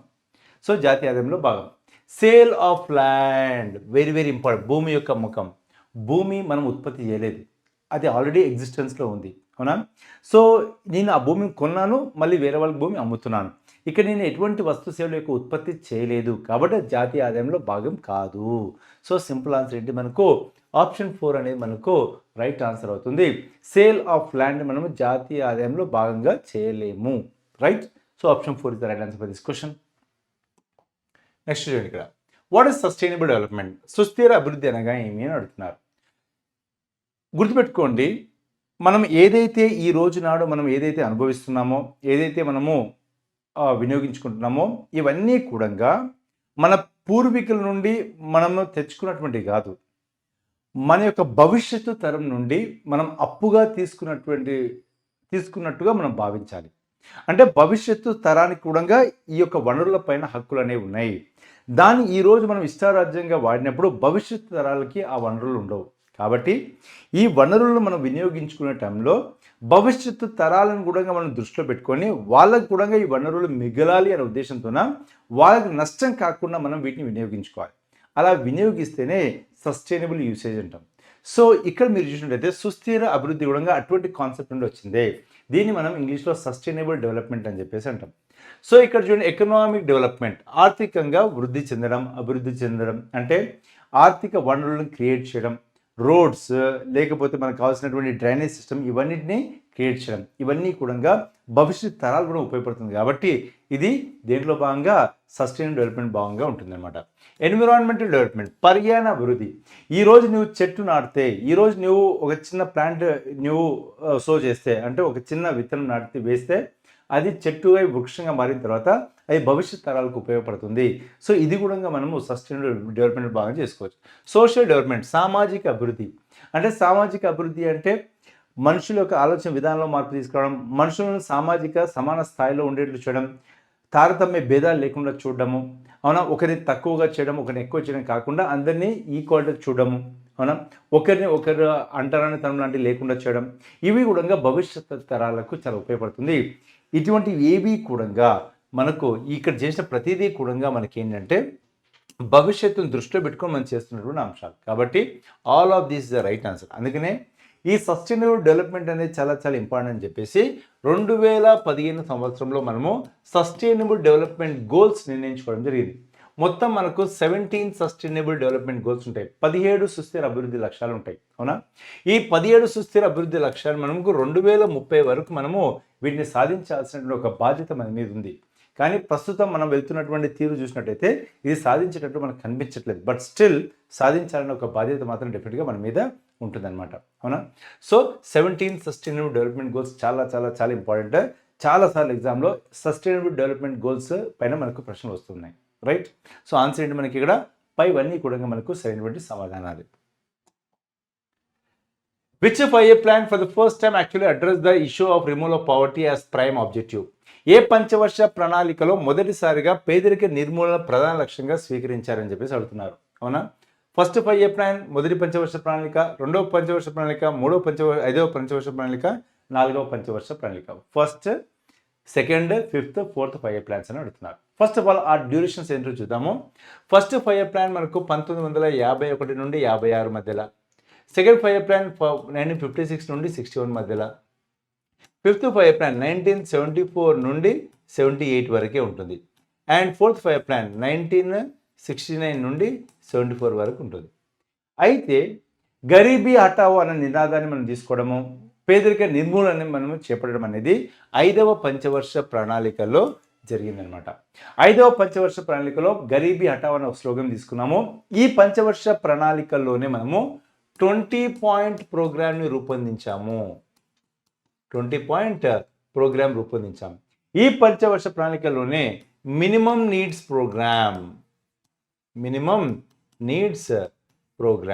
అంటే కనీస అవసరాల కార్యక్రమాన్ని కూడా రూపొందించడం జరిగింది. అవునా? దీన్ని రూపొందించిన వ్యక్తి డిపి ధర్గా చెప్తారు. ఎవరండి? డిపి ధర్. ఓకే, అయితే ఎలా గుర్తుపెట్టుకోవాలి ఈ విషయాన్ని? రిమూవల్ ఆఫ్ పావర్టీ, గరీబీ హఠావో, ఈ స్లోగన్ ఇచ్చింది ఎవరు? ఇందిరాగాంధీ. ఇందిరాగాంధీ గారు గరీబీ హఠావో అంటే దేశ ప్రజలంతా ఈ పంచవర్ష ప్రణాళిక ముగిసే సమయానికి ఏమన్నారు? ఇందిరా హఠావో అన్నారు. అంటే ఇందిరాగాంధీ గారు ఓడిపోయారు అనమాట అప్పుడు. రైట్. సో ఆన్సర్ ఏంటి మనకు? ఫిఫ్త్ 5 ఇయర్ ప్లాన్ అనేది మనకు సరైనటువంటి సమాధానం అనమాట. Right. And first 5 year plan వ్యవసాయ రంగానికి అధికంగా ప్రాధాన్యత ఇచ్చింది. రెండవ పంచవర్ష ప్రణాళిక వచ్చేసరికి పారిశ్రామిక అభివృద్ధికి అత్యధికంగా ప్రాధాన్యత ఇచ్చింది. అండ్ ఫోర్త్ 5 ఇయర్ ప్లాన్ వచ్చేసరికి సెల్ఫ్ రిలయన్స్, స్వయం సమృద్ధికి అత్యధికంగా ప్రాధాన్యత ఇవ్వడం జరిగిందనమాట. Okay. So, which of these following is the correct order in which the mentioned measures of development were introduced? అభివృద్ధి సూచకం ప్రవేశపెట్టిన సరైన కాలక్రమాన్ని గుర్తించండి అని చెప్పేసి అంటున్నారు. ఇక్కడ బేసికల్గా మనకు 3 ఇచ్చారు. ఒకటి ఏమి ఇచ్చారు? పర్ క్యాపిటల్ ఇన్కమ్ ఇచ్చారు. రెండోది PQLI ఇచ్చారు. అండ్ మూడోది వచ్చేసరికి HDI, హ్యూమన్ డెవలప్మెంట్ ఇండెక్స్ ఇచ్చారు. అవునా?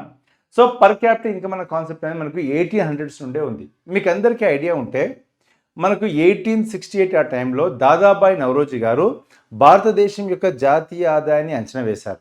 అవునా? అంచనా వేస్తే 340 కోట్లు వచ్చింది. ఆ 340 కోట్లని తను ఏం చేస్తాడు? భారతదేశ జనాభా 17 కోట్లు ఉందని చెప్పేసి డివైడ్ చేసి ఫైనల్గా ఏమన్నారు? 20 రూపాయలు తలసరి ఆదాయం అని చెప్పేసి చెప్పారు. సో ఆ విధంగా మనకు పర్ క్యాపిటల్ ఇన్కమ్ అనేది మనకు 1800స్లో నుండే ఆ కాన్సెప్ట్ అనేది ఉందన్నమాట. అండ్ ఇంకొక విషయం మీకు గుర్తుపెట్టుకోవాలి ఏంటంటే, తలసరి ఆదాయం ఏదైతే ఉందో, per capital income whatever is they, it determines the standard of living of country. Okay, ఓ దేశం యొక్క జీవన ప్రమాణాలను అది తెలియజేస్తుంది అనమాట. సో ఇది మనకు ఫస్ట్ వచ్చింది. తర్వాత మనకు ఫిజికల్ క్వాలిటీ లైఫ్ ఇండెక్స్, ఇది 1979 సంవత్సరంలో మోరిస్ అనే ఒక ఆర్థికవేత్త దీన్ని రూపొందించడం జరిగింది. ఏంటిది? మోరిస్ అనే ఒక ఆర్థికవేత్త దీన్ని రూపొందించడం జరిగింది అనమాట. సో ఈ యొక్క PQLI ఏదైతే ఉందో అది 3 అంశాలను పరిగణలోకి తీసుకొని అది మనకు ఈ యొక్క అభివృద్ధిని అది నిర్వచించే ప్రయత్నం చేస్తుంది. ఏంటి ఆ 3 అంశాలు అంటే, ఒకటి వచ్చేసరికి లిటరసీ రేట్. లిటరసీ రేట్ అంటే మీనింగ్ ఏంటిది? అక్షరాస్యత శాతం. రెండోది వచ్చేసరికి ఇన్ఫాంట్ మోర్టాలిటీ రేట్ లేదా చైల్డ్ మోర్టాలిటీ రేట్. అవునా? అంటే శిశు మరణాల రేటు. మూడోది వచ్చేసరికి life expectancy at birth. So ఈ విధంగా మనకు ఈ 3 అంశాలు పరిగణలోకి తీసుకొని ఈ PQLI ఇండెక్స్ని ఎవరు? మోరిస్ అనే ఒక ఆర్థికవేత్త రూపొందించడం జరిగింది. అవునా? అండ్ మూడో వచ్చేసరికి హ్యూమన్ డెవలప్మెంట్ ఇండెక్స్. ఈ హ్యూమన్ డెవలప్మెంట్ ఇండెక్స్ ఏదైతే ఉందో మనకు 1990sలో ఇది రావడం జరిగింది. అవునా? హ్యూమన్ డెవలప్మెంట్ ఇండెక్స్ని రూపొందించినటువంటి ఆర్థికవేత్త ఎవరు అడిగితే మెహబూబ్ ఉల్ హక్. ఏం పేరండి? మెహబూబ్ ఉల్ హక్ అనే ఒక ఆర్థికవేత్త ఈ యొక్క హ్యూమన్ డెవలప్మెంట్ ఇండెక్స్ని రూపొందించడం జరిగింది. అండ్ ఇంకొక ముఖ్యమైనటువంటి అంశం ఏంటంటే, ఈ మెహబూబ్ ఉల్ హక్ ఎవరైతే ఉన్నారో ఈయన రూపొందించినటువంటి ఈ యొక్క పాకిస్తాన్ ఎకనామిస్ట్ అయినటువంటి మెహబూబ్ ఉల్ హక్ రూపొందించినటువంటి HDIని UNDP వాళ్ళు పబ్లిష్ చేస్తారు. ఎవరు? UNDP, united nations development programme. And దీంట్లోనే మనకు ఈసారి మొట్టమొదటి స్థానంలో ఐస్లాండ్ రావడం జరిగింది. ఎవరు వచ్చారండి? ఐస్లాండ్ వచ్చింది. And when you come to India 130 స్థానంలో భారతదేశం అనేది ఉంది అనమాట. సో 130 స్థానంలో భారతదేశం ఉంది, మొట్టమొదటి స్థానంలో మనకు ఐస్లాండ్ అనేది ఉంది. Education, health care, standard of living, ఈ 3 అంశాలు పరిగణలోకి తీసుకొని ఈ యొక్క HDI అనేది ఉంటుంది. విద్య, ఆరోగ్యము, జీవన ప్రమాణాలు, ఈ 3 అంశాలు పరిగణలోకి తీసుకొని మనకు హ్యూమన్ డెవలప్మెంట్ ఇండెక్స్ అంటే మానవ అభివృద్ధి సూచికను నిర్వచించడం జరుగుతుంటుంది అనమాట. రైట్. సో ఇక్కడ మనకి ఏం తెలుస్తుంది, ఫస్ట్ మనకు ఎవరు ఉండాలి, పర్ క్యాపిటల్ ఇన్కమ్ ఉండాలి, సెకండ్ పీకే ఉండాలి, థర్డ్ హెచ్డిఐ ఉండాలి. కాబట్టి మూడోది మనకు సరైనటువంటి సమాధానంగా కనిపిస్తుంది అనమాట. Arrange the following committees in the proper order of their establishment. ఓకేనా, కింది పేదరిక అంచనా కమిటీలను వాటి స్థాపన కాలక్రమానుసారం అమర్చండి అని చెప్పేసి అంటున్నారు. సో ఒక్కసారి మనకు పేదరికానికి సంబంధించి కొన్ని కమిటీస్ ఉన్నాయండి. సో ఒకసారి చెప్తాను చూడండి. 1972 సంవత్సరంలో Dandekar and N Rath committee ఏర్పాటు చేయడం జరిగింది. అవునా, Dandekar and N Rath committee ఏర్పాటు చేయడం జరిగింది. 1978-79 సంవత్సరంలో 79 వేసుకోవచ్చు, మనకు వచ్చేసరికి ఈ వైకేఎల్ కమిటీ ఏర్పాటు చేయడం జరిగింది. ఓకే, 1993 సంవత్సరంలో మనకు లకడావాలా కమిటీ ఏర్పాటు చేయడం జరిగింది. లకడావాలా కమిటీ. 2005 సంవత్సరంలో మనకు సురేష్ డి టెండూల్కర్ కమిటీ ఏర్పాటు చేయడం జరిగింది. ఓకే, అండ్ 2012 సంవత్సరంలో వచ్చేసరికి సి రంగరాజన్ కమిటీ ఏర్పాటు చేయడం జరిగింది. C Rangarajan committee. ఓకేనా, సో ఇవి మనకు ఉన్నటువంటి కమిటీలు. సో దీన్ని బట్టి మనకి క్లియర్ కట్గా ఆన్సర్ ఏమొస్తుంది మనకు అంటే, ఫస్ట్ మనకి ఎవరు ఉండాలి, దండేకర్ లేదు, నెక్స్ట్ వైకేఎల్కి ఫస్ట్ ఉండాలి. సో ఇది ఫస్ట్ వస్తుంది. సెకండ్ ఎవరు వస్తారు మనకు అంటే లకడావాలా వస్తారు. సో సెకండ్ వస్తుండ్రు. థర్డ్ ఈయన, ఫోర్త్ ఈయన. సో ఆన్సర్ ఏమవుతుంది మనకు అంటే ఏడిబిసి అవుతుంది. ఏడిబిసి ఆన్సర్ ఏముంది, ఆప్షన్ 1 ఉంది. ఇది ఆన్సర్. అయితే ఇది కాదు important. What is more important అంటే ఒక్కొక్క కమిటీ ఏం చెప్పిందని చాలా చాలా important. First of all Dandekar and Rath committee ఏం చెప్పిందంటే, గ్రామీణ ప్రాంతాలు కావచ్చు, పట్టణ ప్రాంతాలు కావచ్చు, 2250 క్యాలరీల కంటే ఎక్కువగా ఫుడ్ ఇంటేక్ చేయగలిగితే వాళ్ళు పేదరికంలో లేనట్టుగా చెప్పిందనమాట. కానీ వైకేఎల్ కమిటీ వచ్చి ఏం చెప్పింది, అలా చెప్పలేదు. గ్రామీణ ప్రాంతాలకు పట్టణ ప్రాంతాలకు వేరే వేరే తీరును చెప్తూ, గ్రామీణ ప్రాంతాలు అయితేనేమో 2100 క్యాలరీలు, 2400 క్యాలరీలు, పట్టణ ప్రాంతాలు అయితే 2100 క్యాలరీలు తీసుకోవాలని చెప్పింది. ఇదే విషయాన్ని మళ్ళీ లకడావాలా కమిటీ కూడా అదే దానిపైన ఉందన్నమాట. అయితే టెండూల్కర్ కమిటీ వచ్చిన తర్వాత ఏం చెప్పింది అంటే, గ్రామీణ ప్రాంతాల వాళ్ళైతేనేమో రోజుకి 27 రూపాయలు ఖర్చు పెట్టగలగాలి ప్రతిరోజు. అదే పట్టణ ప్రాంతాల వాళ్ళైతేనేమో 33 రూపాయలు ఖర్చు పెట్టగలగాలని చెప్పింది. అదే రంగరాజన్ కమిటీ వచ్చేసి ఏం చెప్పింది, 32 రూపాయలు గ్రామీణ ప్రాంతాల వాళ్ళు అండ్ 47 రూపాయలు మనకు పట్టణ ప్రాంతాల వాళ్ళని ఎవరు రంగరాజన్ కమిటీ చెప్పడం జరిగింది. సో ఈ విధంగా మనకు ఈ కమిటీస్ అనేవి ఉన్నాయన్నమాట. క్లియర్. సో ఆన్సర్ ఏంటి మనకు, ఏడిబిసి సరైన ఆన్సర్. ఇవన్నీ కూడా పేదరికాన్ని అంచనా వేయడానికి ఏర్పాటు చేసినటువంటి కమిటీస్గా చూడాలన్నమాట. అయితే ఇంకొక ముఖ్యమైన అంశం ఏంటంటే, మనకు ఈ యొక్క ఏదైతే మనకు ఇక్కడ వరకు ఉన్నారో అంటే లకడావాలా కమిటీ వరకు mixed reference period, uniform reference period తీసుకున్నారు. సురేష్ డి టెండూల్కర్ కమిటీ వచ్చేసరికి మిక్స్డ్ రిఫరెన్స్ పీరియడ్ తీసుకుంది. రంగరాజన్ కమిటీ వచ్చేసరికి మాడిఫైడ్ మిక్స్డ్ రిఫరెన్స్ పీరియడ్ని తీసుకున్నారు. అవునా, అంటే ఇంత తీసుకోవాలి లేకపోతే ఇంత ఖర్చు చేయాలి అన్నప్పుడు ఈ ఖర్చులు ఏ విధంగా లెక్క చేస్తాం. కొన్ని వస్తువులు మనము ఫస్ట్ వాళ్ళు ఏం చేశారు అంటే, యూనిఫామ్ రిఫరెన్స్ పీరియడ్ అంటే 365 రోజుల అయ్యే ఖర్చును బై 365 డివైడ్ చేసి ఎంత వస్తుందో రోజుకని లెక్క వేస్తారు.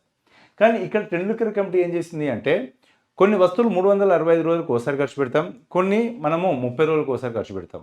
కాబట్టి మిక్స్డ్ రిఫరెన్స్ పీరియడ్ అని చెప్పేసింది. ఇక్కడ రంగరాజన్ కమిటీ వచ్చేసరికి ఏమైంది అంటే, కొన్ని వస్తువులు 365 రోజులకు ఒకసారి, అంటే ఫర్ ఎగ్జాంపుల్ ఎడ్యుకేషన్ మీద పెట్టే ఖర్చు, ఇన్స్టిట్యూషనల్ హెల్త్ అంటే హాస్పిటల్ అడ్మిట్ అవ్వడం పైన అయ్యే ఖర్చు, ఫుట్వేర్, క్లాతింగ్, ఇవన్నీ అనమాట. డ్యూరబుల్స్ అంటే ఏంటిది, ఫ్రిడ్జ్, అవన్నీ సంవత్సరానికి ఒకసారి కొంటాం. అవి కాకుండా రెండో తర ఏం చెప్పింది, 30 రోజులకి అయ్యే ఖర్చు, పాల బిల్లు, పేపర్ బిల్లు, ఇవన్నీ ఉంటాయి కదా, 30 రోజులకి అయ్యే ఖర్చు అనమాట. ఓకే, ఇంకోటి ఏమంది 7 రోజులకి అయ్యే ఖర్చు, మనం కూరగాయలు ప్రతి 7 రోజులకు ఒకసారి తెచ్చుకుంటాం. అట్లాగా మాడిఫైడ్ మిక్స్డ్ రిఫరెన్స్ పీరియడ్గా అంచనా వేసుకొని 365 రోజులకు ఒకసారి చేసే ఖర్చు, సంవత్సరానికి ఒకసారి చేసే ఖర్చుని బై 365 డివైడ్ చేసి, నెలకు ఒకసారి చేసే ఖర్చుని 30 రోజులతో డివైడ్ చేసి, వారానికి ఒకసారి చేసే ఖర్చుని బై 7తో డివైడ్ చేసి, ఆ వచ్చిన ఖర్చుని యాడప్ చేసుకొని దీనికి వచ్చారనమాట. సో ఈ విధంగా వీళ్ళు ఈ యొక్క పేదరికాన్ని అంచనా వేసే ప్రయత్నం చేశారు. రైట్. సో ఇది చాలా ఇంపార్టెంట్ కాన్సెప్ట్. నెక్స్ట్ చూడండి ఇక్కడ, in India which one of the following format the fiscal policy, భారతదేశంలో కోశ విధానాన్ని ఎవరు రూపొందిస్తారు. అవునా, ఇక్కడ ఏమిచ్చారు, ప్లానింగ్ కమిషన్. ప్లానింగ్ కమిషన్ ఏం చేస్తుంది, మనకు 5 ఇయర్ ప్లాన్స్ని రూపొందిస్తుంది. అవునా, పంచవర్ష ప్రణాళికలను రూపొందించే బాధ్యత ప్లానింగ్ కమిషన్ తీసుకుంటుంది. Right. Next finance commission. Finance commission ఏం చేస్తుంది అంటే, సెంట్రల్ గవర్నమెంట్కి స్టేట్ గవర్నమెంట్కి ఇద్దరికి మధ్యలో ఆర్థిక సత్సంబంధాన్ని నిర్వచిస్తుంది. అంటే ఫినాన్షియల్ లేబర్ ట్యాక్స్ డిస్ట్రిబ్యూషన్ పైన మాట్లాడతారు. అంటే పన్నులను ఏ విధంగా పంచుకోవాలి, కేంద్ర ప్రభుత్వం యొక్క వాటా ఎంత ఉంటుంది, రాష్ట్ర ప్రభుత్వాల యొక్క వాటా ఎంత ఉంది. మరి రిజర్వ్ బ్యాంక్ ఏం చేస్తుంది, మానిటరీ పాలసీ ద్రవ్య విధానాన్ని రూపొందిస్తుంది. అంటే మనకు రేట్ ఆఫ్ ఇంట్రెస్ట్ పెరగాల తగ్గాలి ఇవి చెప్తుంది. కానీ మినిస్ట్రీ ఆఫ్ ఫినాన్స్ ఏం చేస్తుంది అంటే ఇది కోశ విధానాన్ని, అంటే భారతదేశానికి ఎంత ఆదాయం వస్తుంది, భారతదేశం ఎంత ఖర్చు చేయాలి, ఒకవేళ మన ఖర్చులు ఎక్కువగా ఉండి ఆదాయం తక్కువగా ఉంటే ఎంత మేర మనం అప్పు చేయాలి, అప్పు చేస్తే ఏ రకంగా అప్పు చేయాలి, మరి అప్పు పైన వడ్డీలు ఎలా చెల్లించాలి, ఇవన్నీ కూడా మనకు కోశ విధానం కిందకి వస్తుంది. అదంతా కూడా మనకు ఆర్థిక మంత్రిత్వ శాఖ ఆధ్వర్యంలోకి వచ్చే అంశం అనమాట. అవునా. ద్రవ్య విధానం ఏమో రిజర్వ్ బ్యాంక్ ఆఫ్ ఇండియా, కేంద్రం రాష్ట్రాల మధ్యలో పన్నుల యొక్క పంపిణీ అనేది ఆర్థిక సంఘం చేస్తుంది, పంచవర్ష ప్రణాళికల యొక్క రూపకల్పన ప్రణాళిక సంఘం చేస్తుంది. కానీ ఆర్థిక మంత్రిత్వ శాఖ ఏం చేస్తుంది అంటే ఈ ఫిస్కల్ పాలసీని డిఫైన్ చేస్తుంది అనమాట. ఓకే.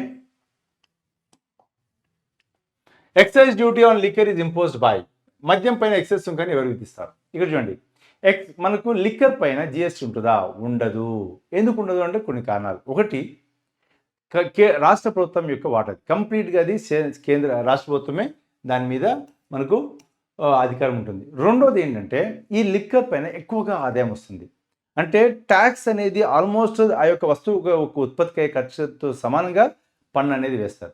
కాబట్టి నువ్వు జిఎస్టీ పరిధిలోకి తెచ్చావనుకోండి, జిఎస్టీలో మహా అంటే ఎంత ఉంటుంది, మనకు 28% పోయింది. ఇప్పుడు 28% తీసేసి 18% చేశారు. సిన్ గుడ్స్ అయితే 40% ఉంటుంది. కానీ లిక్కర్ పైన 100% వరకు మీరు పన్ను వసూలు చేసుకోవచ్చు.